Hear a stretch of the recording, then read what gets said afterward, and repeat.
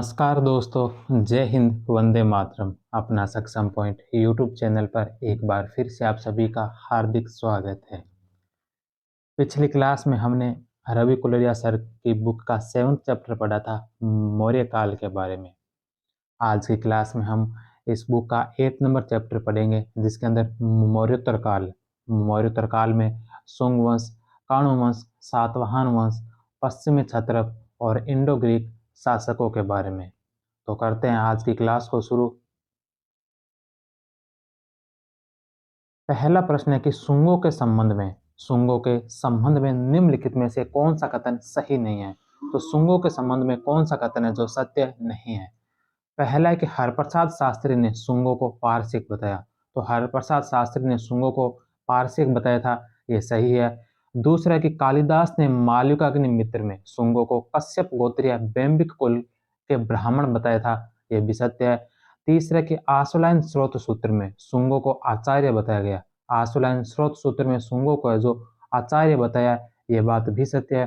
चौथा ऑप्शन है कि पाणिनि ने सुंगों को क्षत्रिय बताया। तो पाणिनि ने सुंगों को क्षत्रिय नहीं बताया था, बल्कि पाणिनि ने जो अपना ग्रंथ है अष्टाध्यायी, उसके अंदर सुंगों को जो भारद्वाज गोत्रीय ब्राह्मण बताया था, क्षत्रिय नहीं बताया था। द नंबर ऑप्शन इसका गलत होगा। हरप्रसाद शास्त्री ने सुंगों को पारसिक कहा, ईरानी मूल, लेकिन बाद में ब्राह्मण होने पर सहमति जताई। कालिदास ने माल्यकाग्निमित्र में पुष्यमित्र के पुत्र अग्निमित्र को बैंबिक वंश का बताया।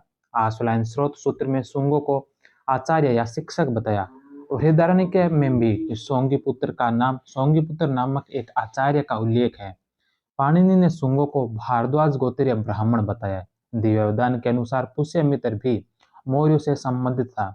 दिव्यवदान में पुष्यमित्र की क्रूरता और बौद्ध धर्म के प्रति उसकी प्रतिद्वंदता की कहानी है। अब यह बात स्पष्ट है कि सुंग ब्राह्मण थे। नेक्स्ट क्वेश्चन है कि किस वंश के शासनकाल को वैदिक अथवा ब्राह्मण धर्म के पुनर्जागरण का काल माना जाता है। कौन से वंश के शासनकाल को वैदिक धर्म अथवा ब्राह्मण धर्म के पुनर्जागरण का काल माना जाता है। तो शुंग काल को। बे नंबर ऑप्शन।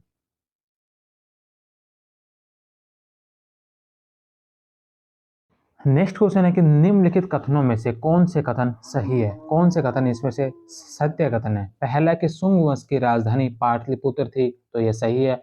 दूसरा, सुंग वंश का संस्थापक पुष्यमित्र मौर्यों का सेनापति था। पुष्यमित्र है जो पहले मौर्यों का सेनापति था, यह बात भी सत्य है। तीसरा, बाण भट्ट ने पुष्यमित्र को अनार्य कहा, यह भी सही है। और चौथा है कि हरिवंश पुराण में पुष्यमित्र को सेनानी और कश्यप गोत्रीय ब्राह्मण कहा गया। तो चारों ही ऑप्शन इसके राइट होंगे। D number option. पुष्यमित्र मौर्यों का सेनापति था। वह मौर्यों के काल में अवंती का प्रशासक भी था। सेनानी या सेनापति पुष्यमित्र की उपाधि के रूप में प्रयुक्त होती है। पाटलिपुत्र उनकी राजधानी थी और अयोध्या तथा विदिशा उनके साम्राज्य के अंतर्गत थे। दिव्यवदान और तारानाथ के वृत्तांत के अनुसार सुंगों के अधीन जालंधर और साकल क्षेत्र भी थे। हरिवंश पुराण में लिखा है, ओद बीजो भविता कश्चित सेनानी कश्यपो द्विजय अश्वमेधम कलयुगे पुनः प्रत्याहारिष्यति। अर्थात ओद बीज या शुंग वंश में काश्यप गोत्रीय ब्राह्मण सेनानी उत्पन्न होगा, जो कलयुग में पुनः अश्वमेघ यज्ञ करेगा। नेक्स्ट क्वेश्चन है कि कण्व वंश के निम्नलिखित शासकों का आरोही क्रम बताइए। आरोही क्रम बताना है। कण्व वंश में टोटल 4 शासक हुए थे, तो इन चारों शासकों का आरोही क्रम बताना है। तो कण्व वंश के जो संस्थापक थे वो थे वासुदेव, और कण्व वंश के जो अंतिम शासक थे वो थे सुशर्मा। वासुदेव के पश्चात भूमिमित्र शासक बने थे, उसके पश्चात नारायण, और अंतिम शासक थे सुशर्मा। तो 1, 4, 2 और 3 बे नंबर ऑप्शन। वासुदेव शुंग वंश के अंतिम शासक देवभूति का अमात्य था। देवभूति की हत्या कर वासुदेव ने कण्व वंश की स्थापना की। वासुदेव ने उत्तर प्रदेश में यमुना के तट पर कालपी नगर की स्थापना की। कण्व वंश में 4 शासक हुए जिन्होंने 45 वर्षों तक शासन किया। कण्व वंश के बाद मगध पर मित्र वंश का शासन स्थापित हुआ। नेक्स्ट क्वेश्चन है कि निम्नलिखित कथनों पर विचार कीजिए। निम्नलिखित कथनों पर विचार कीजिए। 3 कथन दे रखे हैं, इनमें से बताना है कि कौन कौन से कथन है जो सत्य कथन है। पहला है कि पहला कथन है कि पुष्यमित्र के काल में यवनों ने आक्रमण किया था। तो पुष्यमित्र के काल में यवनों ने आक्रमण किया, यह सही है। दूसरा कि पुष्यमित्र ने 2 अश्वमेध यज्ञ किए थे, यह भी सत्य है। तीसरा कि पुष्यमित्र के 2 अश्वमेध यज्ञ किए जाने का उल्लेख धनदेव के अयोध्या अभिलेख में हुआ है। तो तीनों ही ऑप्शन इसके राइट होंगे, 1, 2 और 3 तीनों राइट है। 6 नंबर ऑप्शन। पुष्यमित्र के काल में यवनों के आक्रमण का उल्लेख गार्गी संहिता, महाभाष्य और मालविक अग्निमित्रम में हुआ है। महाभाष्य में लिखा है कि यवनों ने साकेत व माध्यमिका यानी कि चित्तौड़ को रौंद डाला। अग्निमित्र का पुत्र वसुमित्र पुष्यमित्र का सेनापति था, जिसने यवनों को हरा दिया था। नेक्स्ट क्वेश्चन है बेसनगर विदिशा। बेसनगर स्तंभ लेख में किस इंडो ग्रीक शासक का उल्लेख है? तो बेसनगर स्तंभ लेख में कौन से इंडो ग्रीक शासक का उल्लेख है? तो यह एंटियालकिड्स, ए नंबर ऑप्शन। एंटियालकिड्स बेसनगर स्तंभ लेख प्राकृत भाषा व ब्राह्मी लिपि में इससे ज्ञात होता है कि तक्षशिला के यवन शासक एंटियालकिड्स या एंटियालसीडास अमलतल अमतलकित ने अपने राजदूत हेलियोडोरस को शुंग शासक भागभद्र के दरबार में भेजा। हेलियोडोरस ने विदिशा में एक गरुड़ स्तंभ की स्थापना की। हेलियोडोरस वैष्णव धर्म का अनुयायी बनने वाला संभवतः प्रथम यवन था। इसी स्तंभ के दूसरी तरफ लिखा है कि अमरता के 3 कदम है, जिनका यदि सही से पालन किया जाए तो स्वर्ग का मार्ग खुलता है: नियंत्रण, उदारता और एकाग्रता। हेलियोडोरस स्वयं को भागवत अर्थात वासुदेव कृष्ण का उपासक कहता है। नेक्स्ट क्वेश्चन है कण्व वंश के शासक थे। कण्व वंश के शासक कौन थे? कण्व वंश के शासक थे ब्राह्मण, 6 नंबर ऑप्शन। नेक्स्ट क्वेश्चन है कि गार्गी संहिता के अनुसार यवनों ने शुंग काल में आक्रमण कर निम्न में से किस स्थान पर विजय हासिल नहीं की थी? गार्गी संहिता के अनुसार यवनों ने शुंग काल में आक्रमण करके निम्न में से किस स्थान पर विजय हासिल नहीं की थी?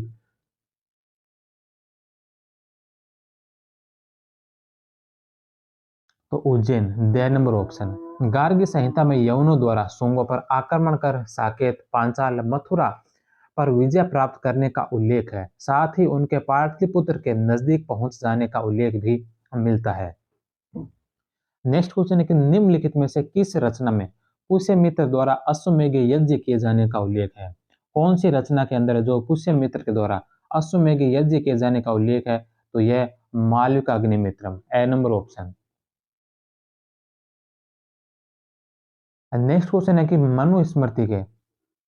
मनुस्मृति के अनुसार ब्याज की दर सामान्यतः कितने प्रतिशत थी? मनुस्मृति के अनुसार ब्याज की दर है जो सामान्यतः कितने प्रतिशत थी? 15%। नेक्स्ट क्वेश्चन है कि किस यवन शासक ने पुष्यमित्र शुंग के समय आक्रमण किया था? कौन से यवन शासक ने पुष्यमित्र शुंग के समय आक्रमण किया था? डेमेट्रियस प्रथम ने। डेमेट्रियस प्रथम 220 से 175 ईसा पूर्व ने भारत पर आक्रमण किया। 183 ईसा पूर्व के लगभग उसने पंजाब का एक बड़ा भाग जीत लिया और साकल को अपनी राजधानी बनाया। डेमेट्रियस ने भारतीयों के राजा की उपाधि धारण की और यूनानी तथा ख्रोष्टी दोनों लिपियों वाले सिक्के चलाए। खारवेल के हाथी गुफा अभिलेख में भी यवन राज दिमित्र का उल्लेख है, हालांकि सभी विद्वान इस पर सहमत नहीं है। नेक्स्ट क्वेश्चन है कि निम्नलिखित कथनों पर विचार कीजिए। यहाँ पर भी कुछ कथन दे रखे हैं, इनमें से बताना है कौन कौन से कथन है जो सत्य है। पहला है कि बौद्ध स्रोतों में पुष्यमित्र शुंग को बौद्धों का घोर उत्पीड़न करने वाला वह उनका शत्रु बताया गया। बौद्ध स्रोतों में पुष्यमित्र शुंग को बौद्धों का घोर उत्पीड़न करने वाला वह उनका शत्रु बताया गया, तो यह सही है।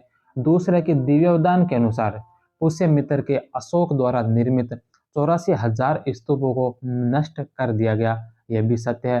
तीसरा कि साकल में पुष्यमित्र ने घोषणा की कि जो व्यक्ति मुझे एक भिक्षु का सिर ला कर देगा मैं उसे 100 दिनार दूंगा, तो यह बात भी सत्य है। चौथा है कि क्षेमेंद्र की अवदान कल्पलता में भी उसे बौद्ध धर्म का संहारक बताया गया, तो चारों ही ऑप्शन इसके राइट होंगे।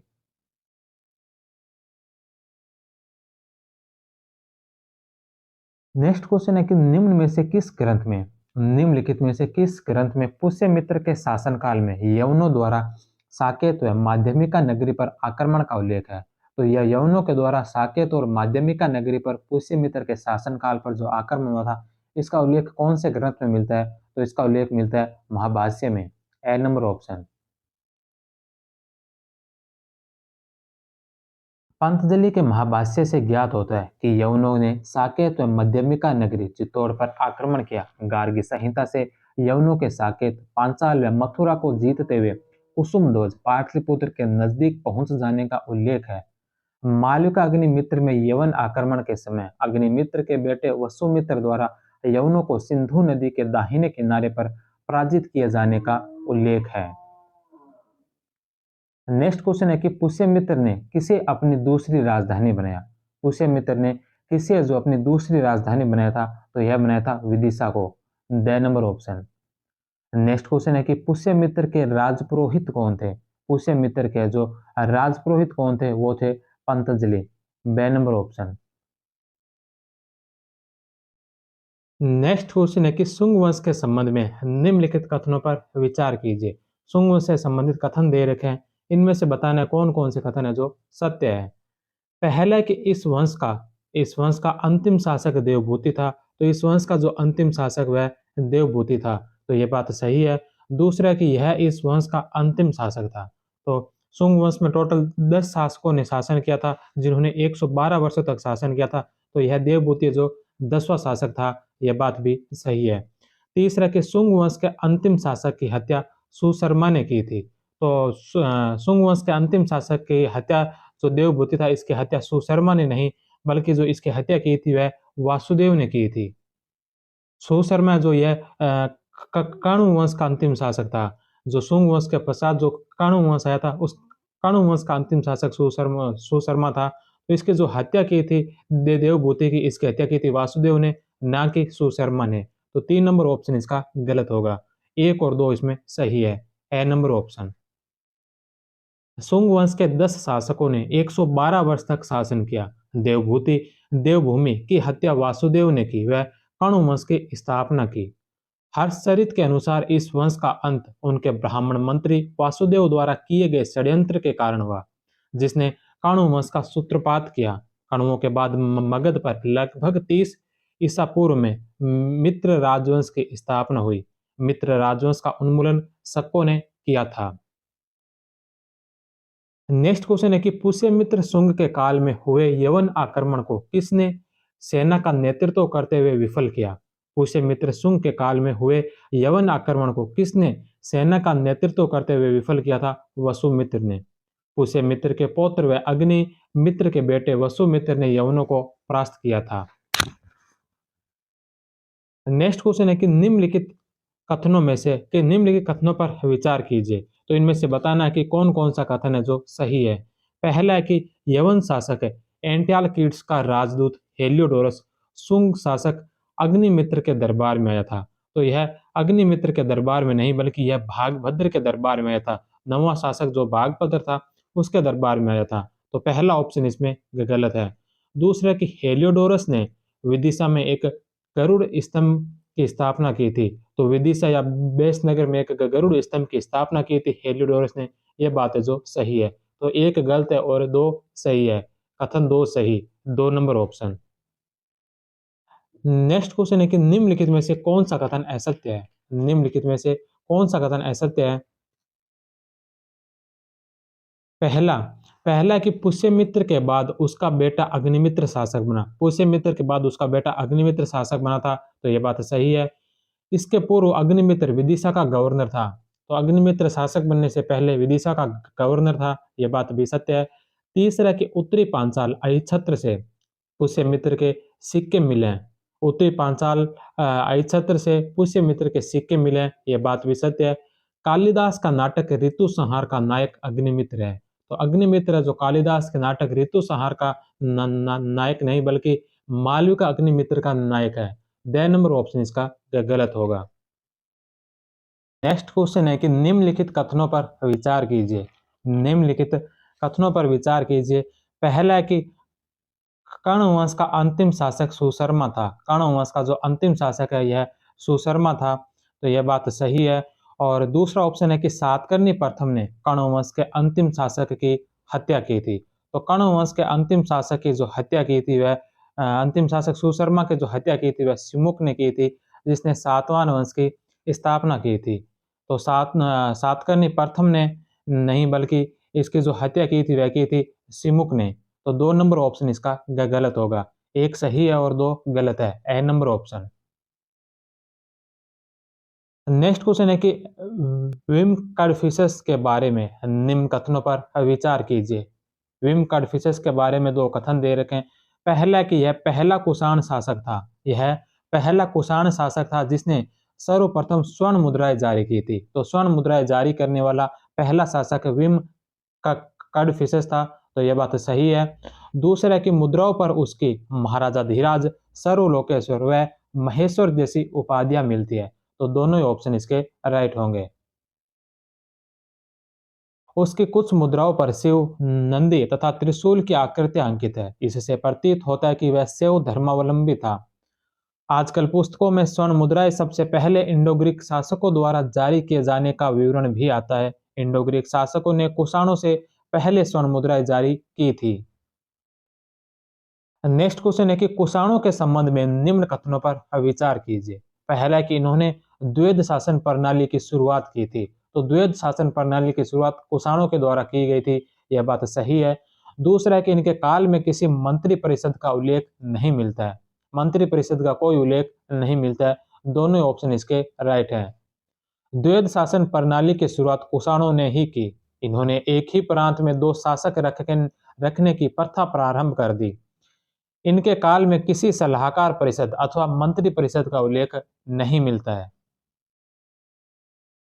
नेक्स्ट क्वेश्चन है कि कुषाणों के संबंध में निम्नलिखित कथनों पर विचार कीजिए। कुषाणों से संबंधित 4 कथन दे रखे हैं। इनमें से बताना है कि कौन कौन से कथन है जो सत्य कथन है। पहला है कि कुषाणों द्वारा राजत्व के सिद्धांत का देवीकरण किया गया था। तो यह बात सही है। दूसरा कि कुषाणों द्वारा देवकुल की स्थापना कर वहां शासकों की मूर्ति रखी जाती थी। कुषाणों द्वारा देवकुल की स्थापना करके वहां पर शासकों की मूर्ति रखी जाती थी। यह बात भी सत्य है। तीसरा, देवकुल का स्पष्ट उल्लेख विम कॉडफिशस ने किया था। तो देवकुल का जो स्पष्ट उल्लेख किया था यह विम कॉडफिशस ने नहीं, बल्कि हुइस्क ने किया था। तो 3 नंबर इसका गलत होगा। चौथा है कि रबातक अभिलेख में एक देवकुल की स्थापना का जिक्र है, जिसमें कुजुल कॉडफिशस, विम कॉडफिशस और कनिष्क की मूर्तियां स्थापित है। तो यह बात भी सही है। तो 1, 2 और 4 सही है। 3 नंबर जो इसका गलत होगा। सही कथन 1, 2 और 4, B number option. Next question है कि निम्न में से मिनाडर की राजधानी कौन सी थी। तो मिनाडर की राजधानी साकल या सियालकोट। नेक्स्ट क्वेश्चन है कि निम्नलिखित में से कौन सा कथन सही नहीं है। कौन सा कथन है जो इसमें से सही नहीं है। पहला कि पार्थन साम्राज्य का वास्तविक संस्थापक मित्रदात प्रथम था। पार्थन साम्राज्य का वास्तविक संस्थापक मित्रदात प्रथम था। यह बात सही है। दूसरा, इसकी मृत्यु के बाद अगला शासक मित्रदात द्वितीय बना था। तो मित्रदात प्रथम के बाद जो शासक बना था वह फ्रात द्वितीय बना था, ना कि मित्रदात द्वितीय। तो बे नंबर ऑप्शन इसका गलत होगा। मित्रदात प्रथम ने जडोसिया, हेरात और सिस्तान पर विजय प्राप्त की।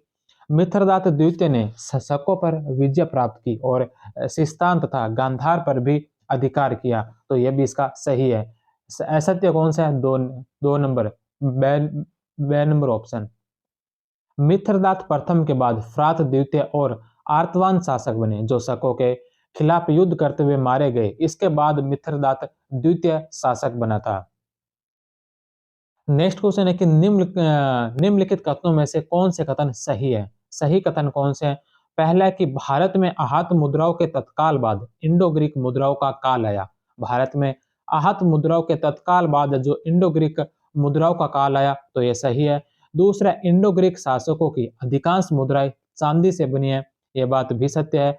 तीसरा कि इंडो ग्रीक मुद्राएं गोलाकार है। तो इंडो ग्रीक जो मुद्रा है वो अधिकतर मुद्राएं गोलाकार है। यह बात भी सत्य है।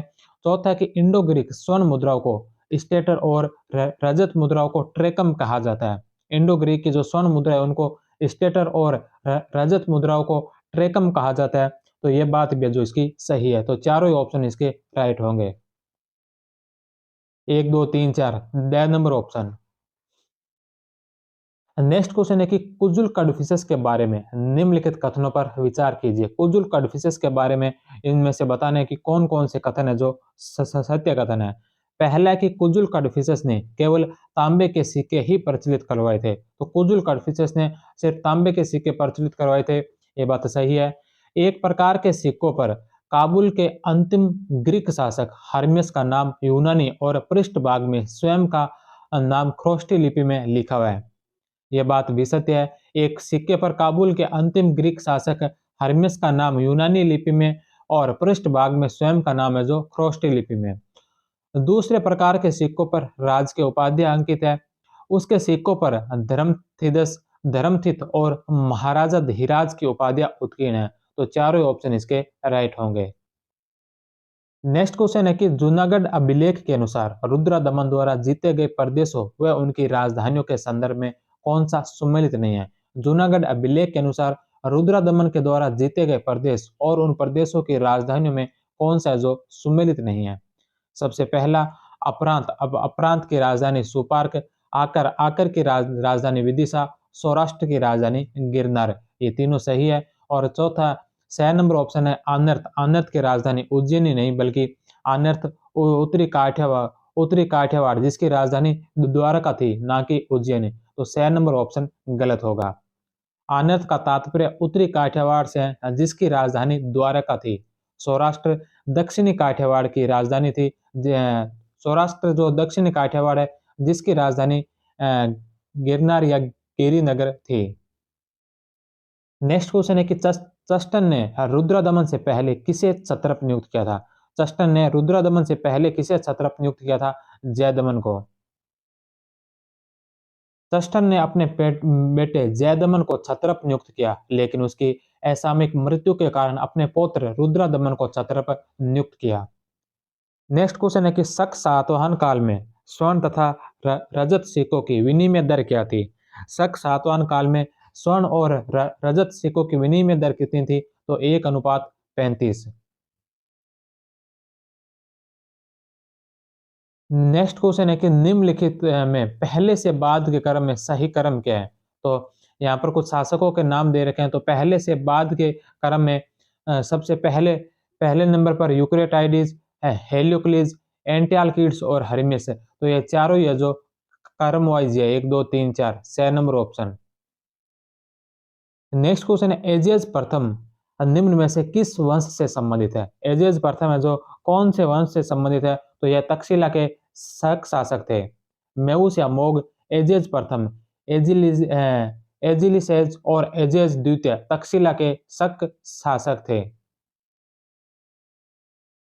नेक्स्ट क्वेश्चन है किस शक शासक द्वारा भारत में सर्वप्रथम संस्कृत लेख युक्त सिक्के जारी किए गए। कौन से शक शासक के द्वारा सबसे पहले भारत के अंदर संस्कृत लेख युक्त सिक्के जारी किए थे। तो यह किए थे रुद्रदमन ने।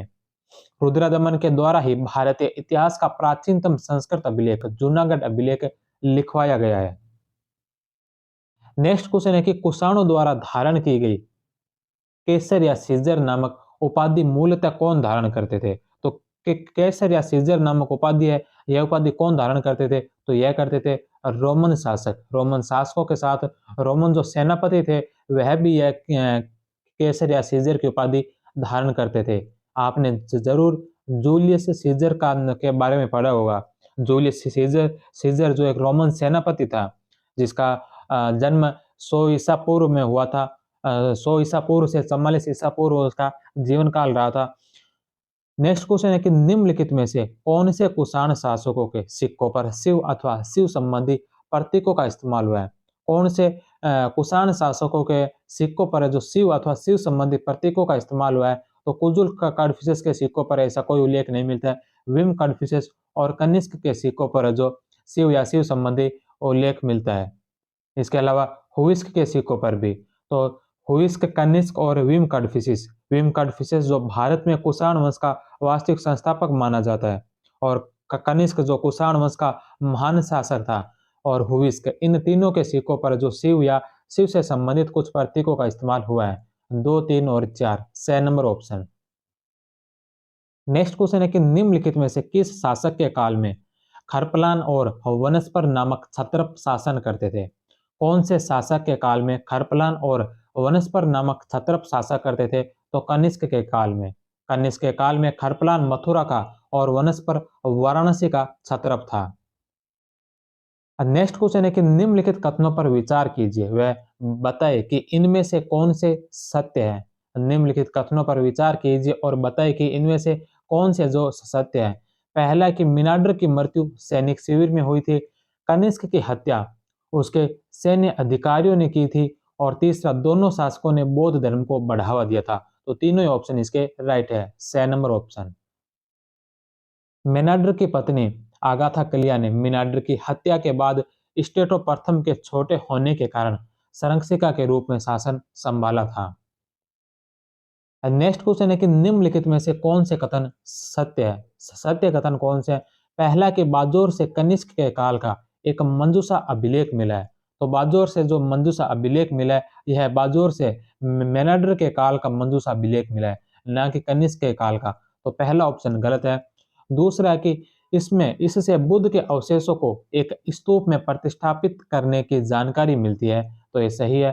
तीसरा कि इस लेख से मंजूषा दान करने वाले व्यक्ति का नाम विवेक मित्र या विजय मित्र मिलता है। तो ये भी सही है। तो 2 और 3 सही होंगे, बे नंबर ऑप्शन।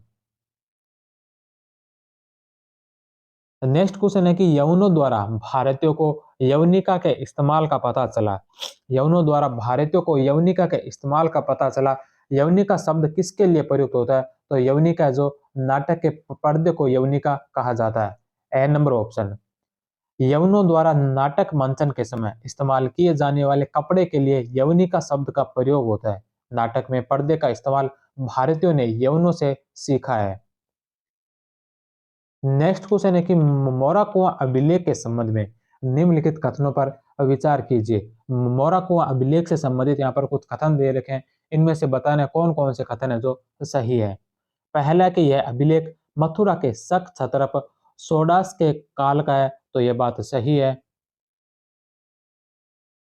दूसरा कि इस अभिलेख में राजवुल का भी उल्लेख हुआ है। तो यह भी सत्य है। तीसरा कि इसमें पंचवीरों की तस्वीर है। पंचवीरों की इसमें तस्वीर है। पंचवीरों में से 2 की पहचान सहकर्षण और बलराम से की गई है। तो चारों ऑप्शन इसके राइट होंगे।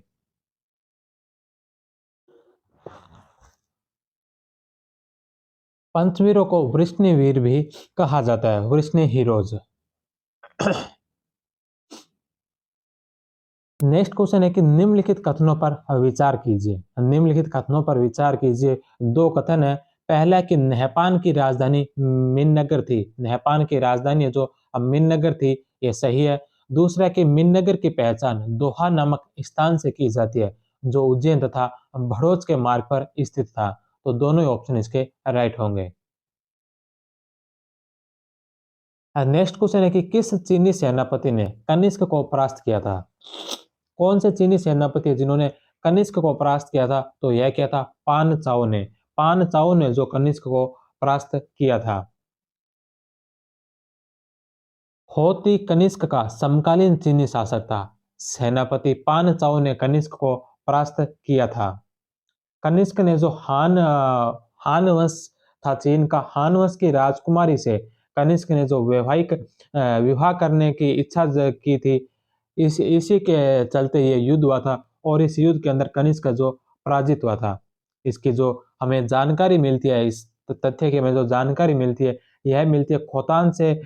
कनिष्क की एक पांडुलिपि प्राप्त हुई है। कनिष्क की एक पांडुलिपि मिली है। उस पांडुलिपि में जो इसके बात की हमें जानकारी प्राप्त होती है। नेक्स्ट क्वेश्चन है कि चरक संहिता के लेखक किस शासक के दरबार में थे। चरक संहिता के जो लेखक थे, चरक जो एक चिकित्सक थे, वो कौन से शासक के दरबार में थे। वह थे कनिष्क के दरबार में, 6 नंबर ऑप्शन।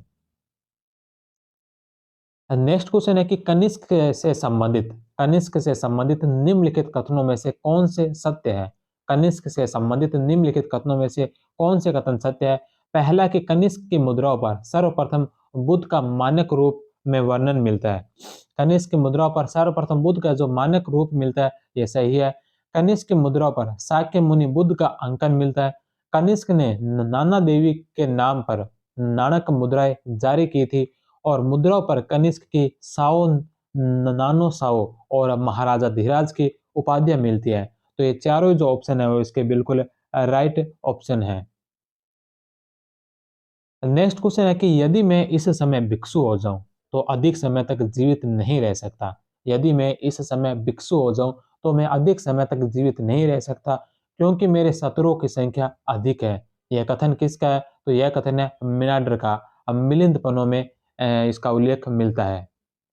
नेक्स्ट क्वेश्चन है कि लेख युक्त और चित्र युक्त सिक्कों की शुरुआत भारत में किसने की थी?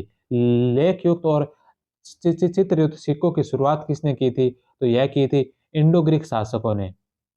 इंडो ग्रीक शासक, Indo Greek, the number option. Next question है कि कुषाणों ने भारत में किस ओर से प्रवेश किया? कुषाणों ने भारत में किस ओर से प्रवेश किया था? उत्तरी पश्चिमी सीमा से, the number option. Next question है कि किस कुषाण शासक ने सिक्कों से सर्वाधिक हिंदू देवी देवताओं का अंकन मिलता है? कौन से कुषाण शासक के सिक्कों से सर्वाधिक हिंदू देवी देवताओं का उल्लेख मिलता है? तो यह मिलता है हुइस्क के सिक्कों से, हुइस्क, द नंबर ऑप्शन। हुइस्क के सिक्कों से जो त्रिमुखी शिव का अंकन मिलता है, इसके अलावा कार्तिकेय का अंकन मिलता है, पार्वती उमापति की उपाधि मिलती है, पशुपति शिव के का उल्लेख भी मिलता है, बलराम, शंकरसन, वासुदेव, इनका अंकन भी मिलता है और चतुर्भुजी विष्णु का अंकन भी हुइस्क के सिक्कों पर मिलता है। नेक्स्ट क्वेश्चन है कि सर्वप्रथम किस शासक ने सिक्कों पर शिव का अंकन नंदी के साथ किया था? कौन से शासक है जिन्होंने शिव का अंकन नंदी के साथ किया था? तो यह किया था विम कड़फिसस ने, ए नंबर ऑप्शन। विम के सिक्कों पर महाराजा धीराज, सर्वलोकेश्वर, महेश्वर जैसी उपाधियां और शिव, नंदी और त्रिशूल की आकृतियों का अंकन मिलता है। नेक्स्ट क्वेश्चन है कि प्रारंभिक काल में एशिया का एक महत्वपूर्ण क्षेत्र रहा बैक्टीरिया एशिया के किस भाग में आता है? प्रारंभिक काल में एशिया का एक महत्वपूर्ण क्षेत्र रहा बैक्टीरिया एशिया के कौन से भाग में आता है? तो एशिया के मध्य भाग में।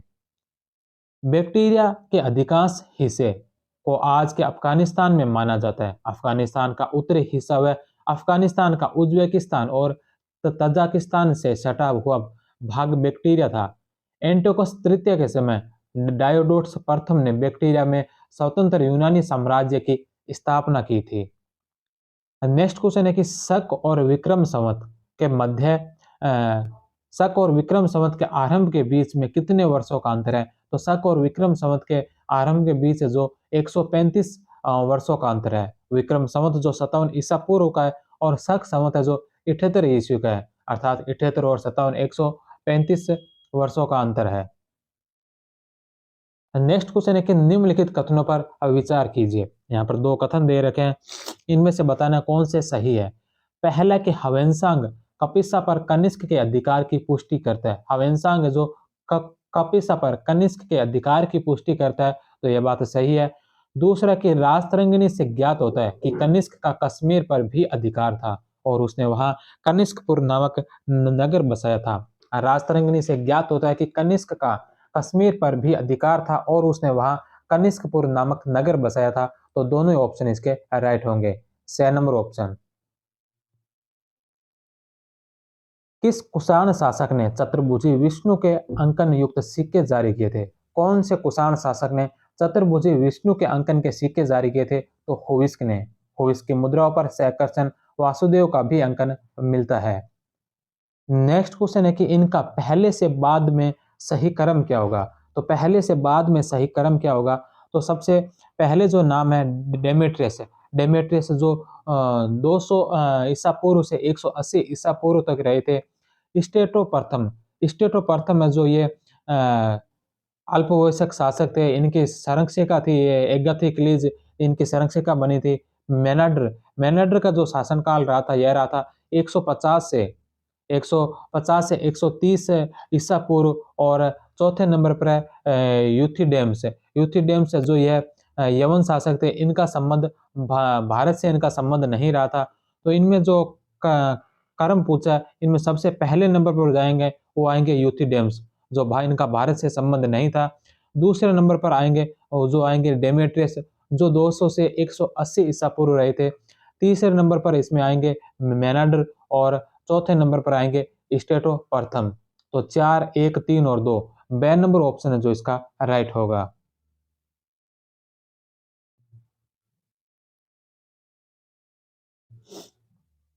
नेक्स्ट क्वेश्चन है कि Periplus of the Erythraean sea, Periplus of the Erythraean sea के अनुसार बेरीगाजा भड़ोच में निम्न में से किस शासक के सिक्के चलते थे? Periplus of the Erythraean sea के अनुसार बेरीगाजा या भड़ोच में कौन से शासक के सिक्के चलते थे? तो मेनाडर के सिक्के। नेक्स्ट क्वेश्चन है कि निम्नलिखित में से किस पुस्तक के अनुसार मेनाडर ने कई स्तूपों का निर्माण करवाया था? कौन सी पुस्तक में इसका उल्लेख मिलता है कि मेनाडर ने कई स्तूपों का निर्माण कराया था? तो यह हमें जानकारी मिलती है अवदान कल्पलता से। नेक्स्ट क्वेश्चन है कि मिलिंद पन्हों में किस नगर का खूबसूरत वर्णन किया गया है? अब मिलिंद पन्हों में कौन से नगर का खूबसूरत वर्णन है? साकल का। नेक्स्ट क्वेश्चन है कि भारत में शासन करने वाला अंतिम यूनानी शासक कौन था? भारत में शासन करने वाला अंतिम यूनानी शासक कौन था? तो वह था हार्मियस है। इनका जो गौतमीपुत्र सातकर्णी थे, इन्होंने इनका पूर्ण रूप से उन्मूलन किया था। नेक्स्ट क्वेश्चन है कि व्याख्या हार्मियस जो कि यूक्रेटाइडिस वंश का अंतिम शासक था। अंतिम शासक था लगभग 500 लगभग 50 बीसी से 30 बीसी तक शासन किया। उसके कुछ सिक्कों पर कुषाण वंश के प्रथम शासक कुजुल काडफिसेस का नाम उत्कीर्ण मिलता है। नेक्स्ट क्वेश्चन है कि प्राचीन काल में भारत पर हुए आक्रमण का सही कालक्रम क्या है? तो भारत पर सबसे पहले यूनानियों का आक्रमण हुआ, फिर शकों का और फिर कुषाणों का। तो यूनानी, शक और Kushan, 6 number option. Next question है कि निम्नलिखित कथनों पर विचार कीजिए। पहला कथन है कि मथुरा में शकों का पहला शासक राजवुल था। मथुरा में शकों का जो पहला शासक था वह राजवुल था, यह सही है। दूसरा कि मथुरा का प्रथम कुषाण शासक विम काडफिसेस था। तो मथुरा में शकों का पहला शासक राजवुल था और कुषाणों का पहला शासक विम काडफिसेस था।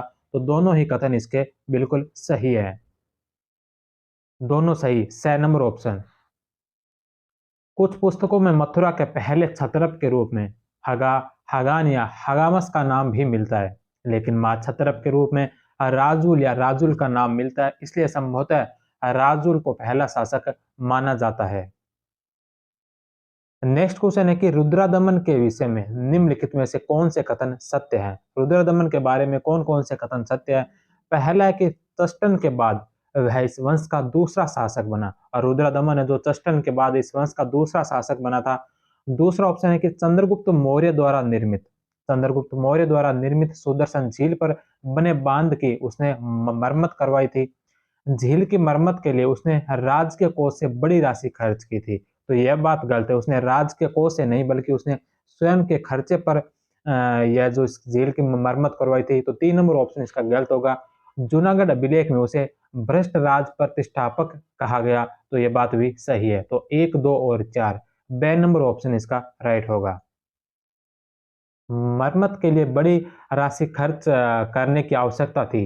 इस इतना धन खर्च करने की उसकी मंत्रिपरिषद ने अनुमति नहीं दी, इसलिए उसने स्वयं के खर्चे पर राज्यपाल सुविसा के माध्यम से मरम्मत करवाई थी। नेक्स्ट क्वेश्चन है कि निम्नलिखित में से कौन सा कथन सत्य है? तो कौन सा कथन सत्य है? पहला कि भारतीय उपमहाद्वीप में प्रथम शक विजेता मेउस या मोगा था। भारतीय उपमहाद्वीप में पहला शक विजेता मेउस था, तो यह सही है। छैरात वंश का पहला शासक भूमक था, यह भी सत्य है। कार्दमक वंश का पहला शासक चष्टन था। तो तीनों ही ऑप्शन इसके राइट हैं, 1, 2 और 3। द नंबर ऑप्शन इसका राइट होगा। नेक्स्ट क्वेश्चन है कि निम्न में से किन किन देवताओं का अंकन कनिष्क की मुद्राओं पर मिलता है? तो कनिष्क की मुद्राओं पर कौन कौन से देवताओं का अंकन मिलता है? मीरो, माओ, हेराक्लिस और ओइसो, इन चारों का जो अंकन है कनिष्क की मुद्राओं पर मिलता है। D number option. मीरो पारसिक सूर्य देवता, माओ पारसिक चंद्र देवता, ओइसो शिव की तरह दिखने वाले देवता, हेराक्लिस और लेग्नो आर्दिक्सो हेलियोस ग्रीक सूर्य देवता, सेलिन यूनानी चंद्र देवी, इन सभी का अंकन मिलता है। नेक्स्ट क्वेश्चन है कि कनिष्क के दरबार का एक विद्वान जिसने अर्घ्य शतकम नामक ग्रंथ लिखा, अर्घ्य शतकम नामक ग्रंथ लिखने वाला कनिष्क के दरबारी विद्वान कौन था? तो यह था मातृचेट। ड नंबर ऑप्शन। मातृचेट कनिष्क के दरबार का एक विद्वान था। हालांकि कुछ इतिहासकार जिसमें तारानाथ का नाम भी उल्लेखनीय है, मातृचेट को अश्वघोष का ही एक नाम मानते हैं। नेक्स्ट क्वेश्चन है कि निम्नलिखित में से कौन से कथन सही है? इसमें से कौन कौन से कथन है जो सत्य है?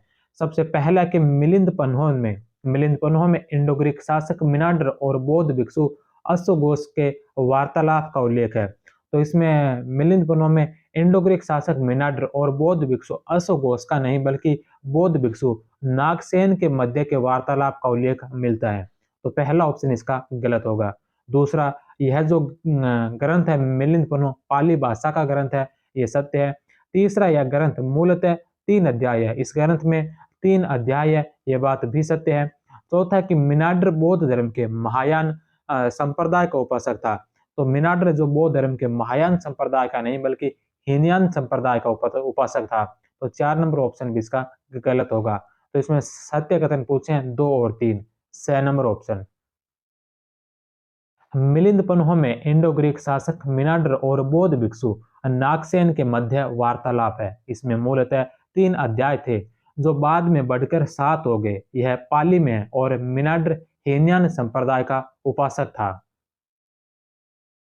नेक्स्ट क्वेश्चन है कि निम्नलिखित अभिलेखों का पहले से बाद का सही क्रम क्या होगा? निम्नलिखित अभिलेखों का जो पहले से बाद में सही क्रम पूछा है, तो सही क्रम क्या होगा? तो इसका जो क्रम है, इसमें सबसे पहला जो अभिलेख दे रखा है रुद्रादमन का जूनागढ़ अभिलेख।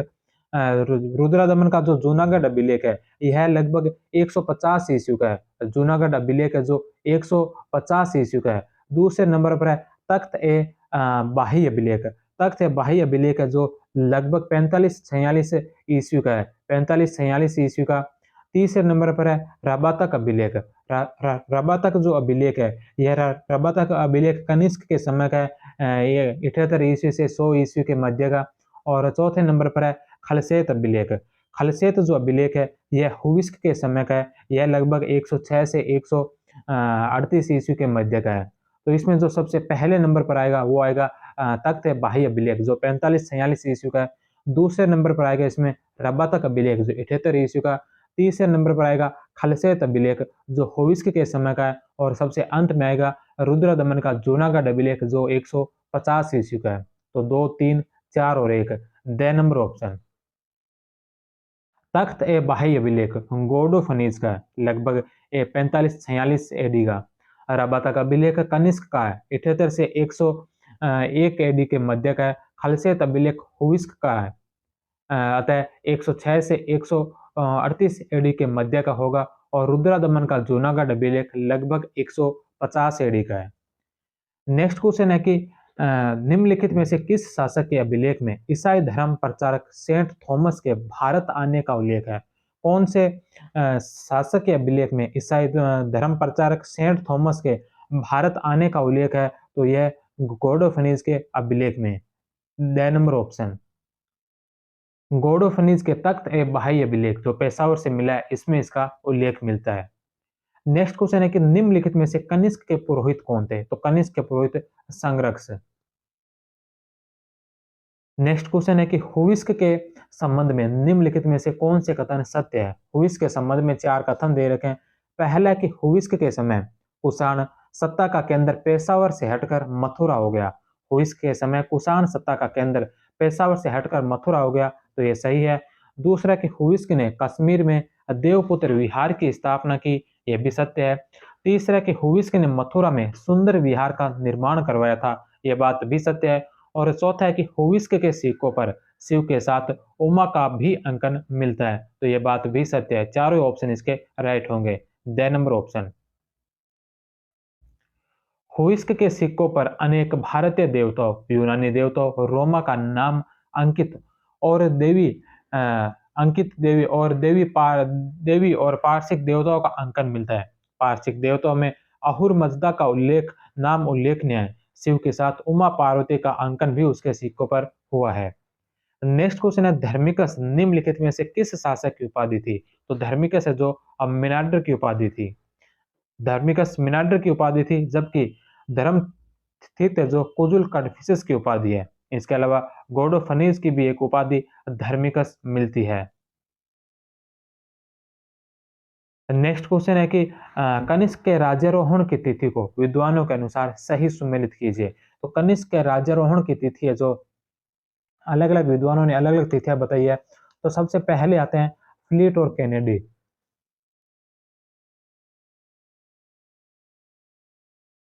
सबसे पहले नंबर पर फ्लीट और कैनेडी। फ्लीट और कैनेडी ने जो कनिष्क के राज्यारोहण की तिथि बताई है, यह बताई है 58 ईसा पूर्व की। आरजी भंडारकर ने इसकी तिथि बताई है 278 ईस्वी। आरजी मजूमदार ने जो कनिष्क के राज्यारोहण की तिथि बताई, यह बताई 248 ईस्वी। और मार्शल व स्मिथ ने जो कनिष्क के राज्यारोहण की तिथि बताई है, यह बताई है 125 ईस्वी। तो बी, ए, डी और सी, 6 नंबर ऑप्शन। नेक्स्ट क्वेश्चन है कि मिनार्डर के विभिन्न नामों व उल्लेखित स्रोतों का सही सुमेलन कीजिए। मिनार्डर के विभिन्न नाम मिलते हैं और इन नामों का उल्लेख कहाँ पर मिला है, किस स्रोतों में उल्लेख मिला है? तो सबसे पहले नाम मिलता है पुष्पनिंद्र। पुष्पनिंद्र जो नाम मिलता है, यह नाम मिलता है भागवत पुराण में। भागवत पुराण में मिनार्डर को पुष्पनिंद्र कहा गया। दूसरा नाम है अलिसन्य। अलिसन्य जो नाम मिलता है, यह मिलता है विष्णु पुराण के अंदर। महायक्ष। महायक्ष जो नाम मिलता है आर्य मंजूश्री मूल कल्प के अंदर। और चौथे नंबर पर है यक्ष कर्मिस। यक्ष कर्मिस जो नाम है, यह मिलता है दिव्य वरदान में। दिव्य वरदान में मिनार्डर को यक्ष कर्मिस कहा गया। तो सी, ए, डी और बी, ए नंबर ऑप्शन। इसके अलावा रामायण में करदम तिब्बती इतिहासकार तारानाथ के विवरणों में मीनार नाम मिलता है। नेक्स्ट क्वेश्चन है कि निम्नलिखित कथनों पर विचार कीजिए। पहला है कि रुद्रदमन के जूनागढ़ अभिलेख में उसके द्वारा योद्धाओं को पराजित करने का उल्लेख है। रुद्रदमन के जूनागढ़ अभिलेख में उसके द्वारा योद्धाओं को पराजित करने का उल्लेख है, तो यह सत्य है। योद्धे गणराज्य यमुना नदी के पास स्थित था। तो योद्धे गणराज्य यमुना के पास नहीं बल्कि सतलज के तट पर था। तो 2 नंबर ऑप्शन इसका गलत होगा, एक सही और 2 गलत। ए नंबर ऑप्शन। योद्धे गणराज्य सतलज के तट पर पूर्वी पंजाब में स्थित था। पाणिनि ने योद्धेयों के राज्य को आयुध जीवी संघ कहा था, यानी शस्त्रों के सहारे जीवित रहने वाले। नेक्स्ट क्वेश्चन है कि निम्नलिखित कथनों पर विचार कीजिए। पहला है कि रुद्रदमन के जूनागढ़ अभिलेख में 6 प्रकार के करों का उल्लेख है। तो रुद्रदमन के जूनागढ़ अभिलेख में 6 प्रकार के टैक्स का उल्लेख मिलता है, तो यह बात सही है। दूसरा कि रुद्रदमन ने इनमें से 3 कर जनता से वसूले हैं, तो यह बात भी सत्य है। तो दोनों ऑप्शन इसके राइट होंगे। 6 नंबर ऑप्शन बलि, भाग, शुल्क, हविष्टि, कर, परण्य, 6 करों का उल्लेख है। रुद्रदमन ने इनमें से प्रथम 3 उचित माने जाने वाले करों को ही जनता से लिया, बाकी 3 अनुचित माने जाने वाले कर नहीं लिए। नेक्स्ट क्वेश्चन है कि सातवाहन वंश के किस शासक ने अजय कालक्य नामक गांव नासिक के बौद्ध संघ को दान दिया था? अजय कालक्य नामक गांव है जो सातवाहन वंश के किस शासक ने बौद्ध संघ को नासिक के बौद्ध संघ को दान में दिया था? तो यह दिया था गौतमीपुत्र सातकर्णी ने। अपने समकालीन शक शासक नहपान को गोवर्धन नामक स्थान पर पराजित करने के पश्चात शासनकाल के 18वें वर्ष में गौतमीपुत्र सातकर्णी ने नासिक के बौद्ध संघ को पहला गांव अजय काल के दान में दिया। नासिक अभिलेख में इसका उल्लेख मिलता है। करजक दूसरा गांव था जो गौतमीपुत्र ने बौद्ध संघ को दान में दिया। कार्ले गुहालेख में कार्ले बौद्ध संघ को यह गांव दान में दिए जाने का उल्लेख है। अर्जक गांव को पूर्व में नहपान के दामाद और वायसराय या राज्यपाल उसोदत्त या ऋषभदत्त द्वारा भी कार्ले बौद्ध संघ को दान में दिए जाने का उल्लेख है। गौतमीपुत्र ने इसे पराजित किया और इसकी हत्या कर दी। नेक्स्ट क्वेश्चन है कि टोलेमी के विवरण में किस सातवाहन शासक को सीरो पोलीमेउस कहा गया? टोलेमी के विवरण में कौन से सातवाहन शासक को सीरो पोलीमेउस कहा गया? तो यह कहा गया वशिष्ठ पुत्र पुलवामी को। The number option. कन्हेरी से प्राप्त एक अभिलेख में कहा जाता है कि पुलवामी की पत्नी रुद्रादमन की बेटी थी। गिरनार अभिलेख में भी संकेत मिलता है कि रुद्रादमन ने दक्षिणापथेश्वर को 2 बार पराजित किया, लेकिन निकट संबंधी होने के कारण छोड़ दिया। नेक्स्ट क्वेश्चन है कि गौतमी बलश्री के नासिक अभिलेख के संदर्भ में निम्नलिखित कथनों पर विचार कीजिए। इनमें से चारों कथनों में से बताना कि कौन कौन से कथन है जो सही कथन है। पहला है कि गौतमी बलश्री ने यह अभिलेख वशिष्ठ पुत्र पुलवामी के काल में उत्कीर्ण करवाया था। तो यह जो अभिलेख है, नासिक अभिलेख है, गौतमी बलश्री ने अभिलेख वशिष्ठ पुत्र पुलवामी के काल में उत्कीर्ण करवाया था, तो यह सही है।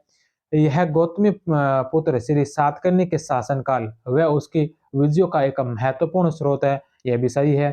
तीसरा कि इसमें गौतमी पुत्र श्री सातकर्णी को अद्वितीय ब्राह्मण बताया गया है, यह बात भी सत्य है। चौथा है कि इसमें गौतमी पुत्र श्री सातकर्णी के घोड़ों को 3 समुद्रों का पानी पीने वाला बताया गया। गौतमी पुत्र श्री सातकर्णी के घोड़ों को 3 समुद्रों का पानी पीने वाला बताया गया, तो चारों ही ऑप्शन इसके राइट होंगे। D number option. Next question है कि किस सातवाहन शासक ने अपनी पत्नी के नाम पर रजत मुद्राएं जारी की थी। तो अपनी पत्नी के नाम पर रजत मुद्राएं जारी करने वाले सातवाहन शासक कौन थे। तो वह थे सातकर्णी प्रथम। ए नंबर ऑप्शन।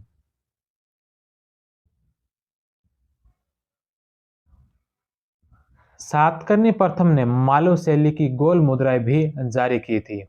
नेक्स्ट क्वेश्चन है लीलावती नामक ग्रंथ में किस सातवाहन शासक की सैन्य उपलब्धियों का वर्णन मिलता है। तो इसमें जो सैन्य उपलब्धियों का वर्णन मिलता है, यह मिलता है हाल की सैन्य उपलब्धियों का। C number option. Next question है कि Periplus of the Erythraean Sea किस सातवाहन शासक के लिए एल्डर सारागुनास नाम प्रयुक्त हुआ है।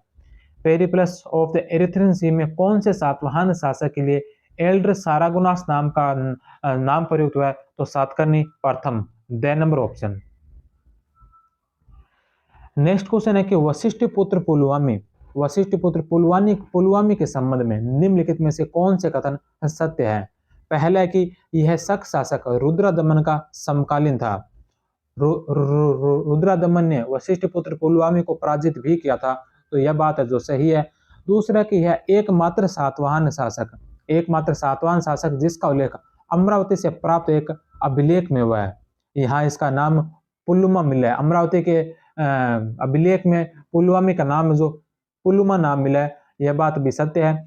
तीसरा कि उसके कुछ सिक्कों पर 2 पतवारों वाले जहाज का अंकन मिलता है, तो यह बात भी सही है। तीनों ही ऑप्शन इसके राइट होंगे। D number option. Next question है कि जोगल थंबी नासिक से प्राप्त नहपान के अनेक सिक्कों पर एक तरफ नहपान और दूसरी तरफ एक सातवाहन शासक का चित्र है। यह सातवाहन शासक कौन था। जोगल थंबी नासिक से प्राप्त नहपान के अनेक सिक्कों पर एक तरफ नहपान और दूसरी तरफ एक सातवाहन शासक का चित्र है। यह सातवाहन शासक कौन था। तो यह था गौतमी पुत्र सातकर्णी। जोगल थंबी अभिलेख जो 1906 में खोजा गया था, यहाँ से लगभग 13,200 रजत मुद्राएं मिली है, जिनमें से 9,270 सिक्कों पर एक भाग पर नहपान का नाम है और दूसरे भाग पर गौतमी पुत्र सातकर्णी का नाम मिलता है।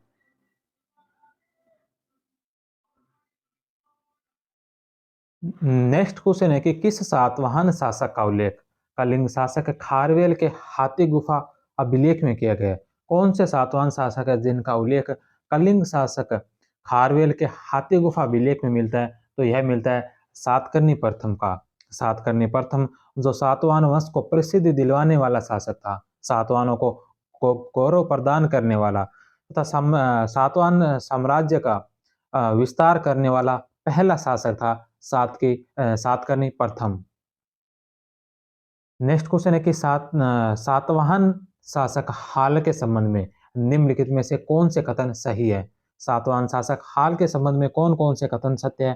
पहला कि हाल ने प्राकृत भाषा में गाथा सप्तशती नामक ग्रंथ की रचना की थी। तो हाल ने गाथा सप्तशती नामक ग्रंथ की रचना प्राकृत भाषा में की थी, यह बात सही है। यह सातवाहन काल का 17वें नंबर शासक था।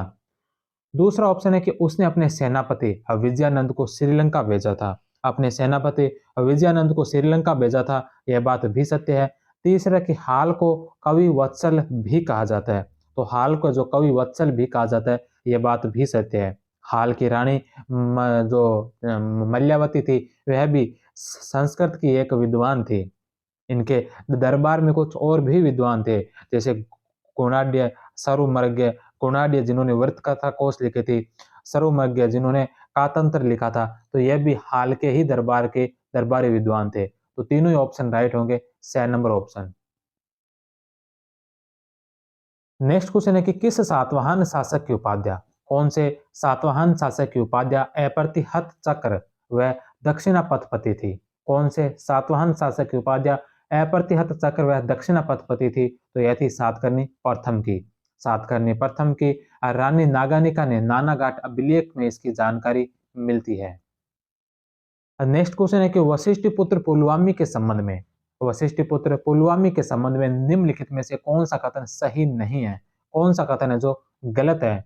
पहला है कि आंध्र विजय के कारण इसे प्रथम आंध्र सम्राट कहा जाता है। वशिष्ठ पुत्र पुलवामी को प्रथम आंध्र सम्राट कहा जाता है, यह सही है। दूसरा कि इसने अमरावती स्तूप का संवर्धन करवाया, यह भी सत्य है। इसने भावनगर नामक नगर बसाया, तो इसने भावनगर नामक नगर नहीं बल्कि नवनगर नामक नगर बसाया था। 6 नंबर ऑप्शन इसका गलत होगा।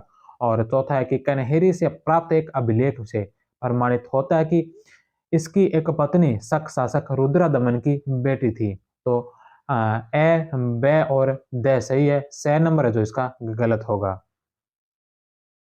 नेक्स्ट क्वेश्चन है कि नानाघाट अभिलेख में, अब नानाघाट अभिलेख के संबंध में निम्नलिखित में से कौन से कथन सत्य है?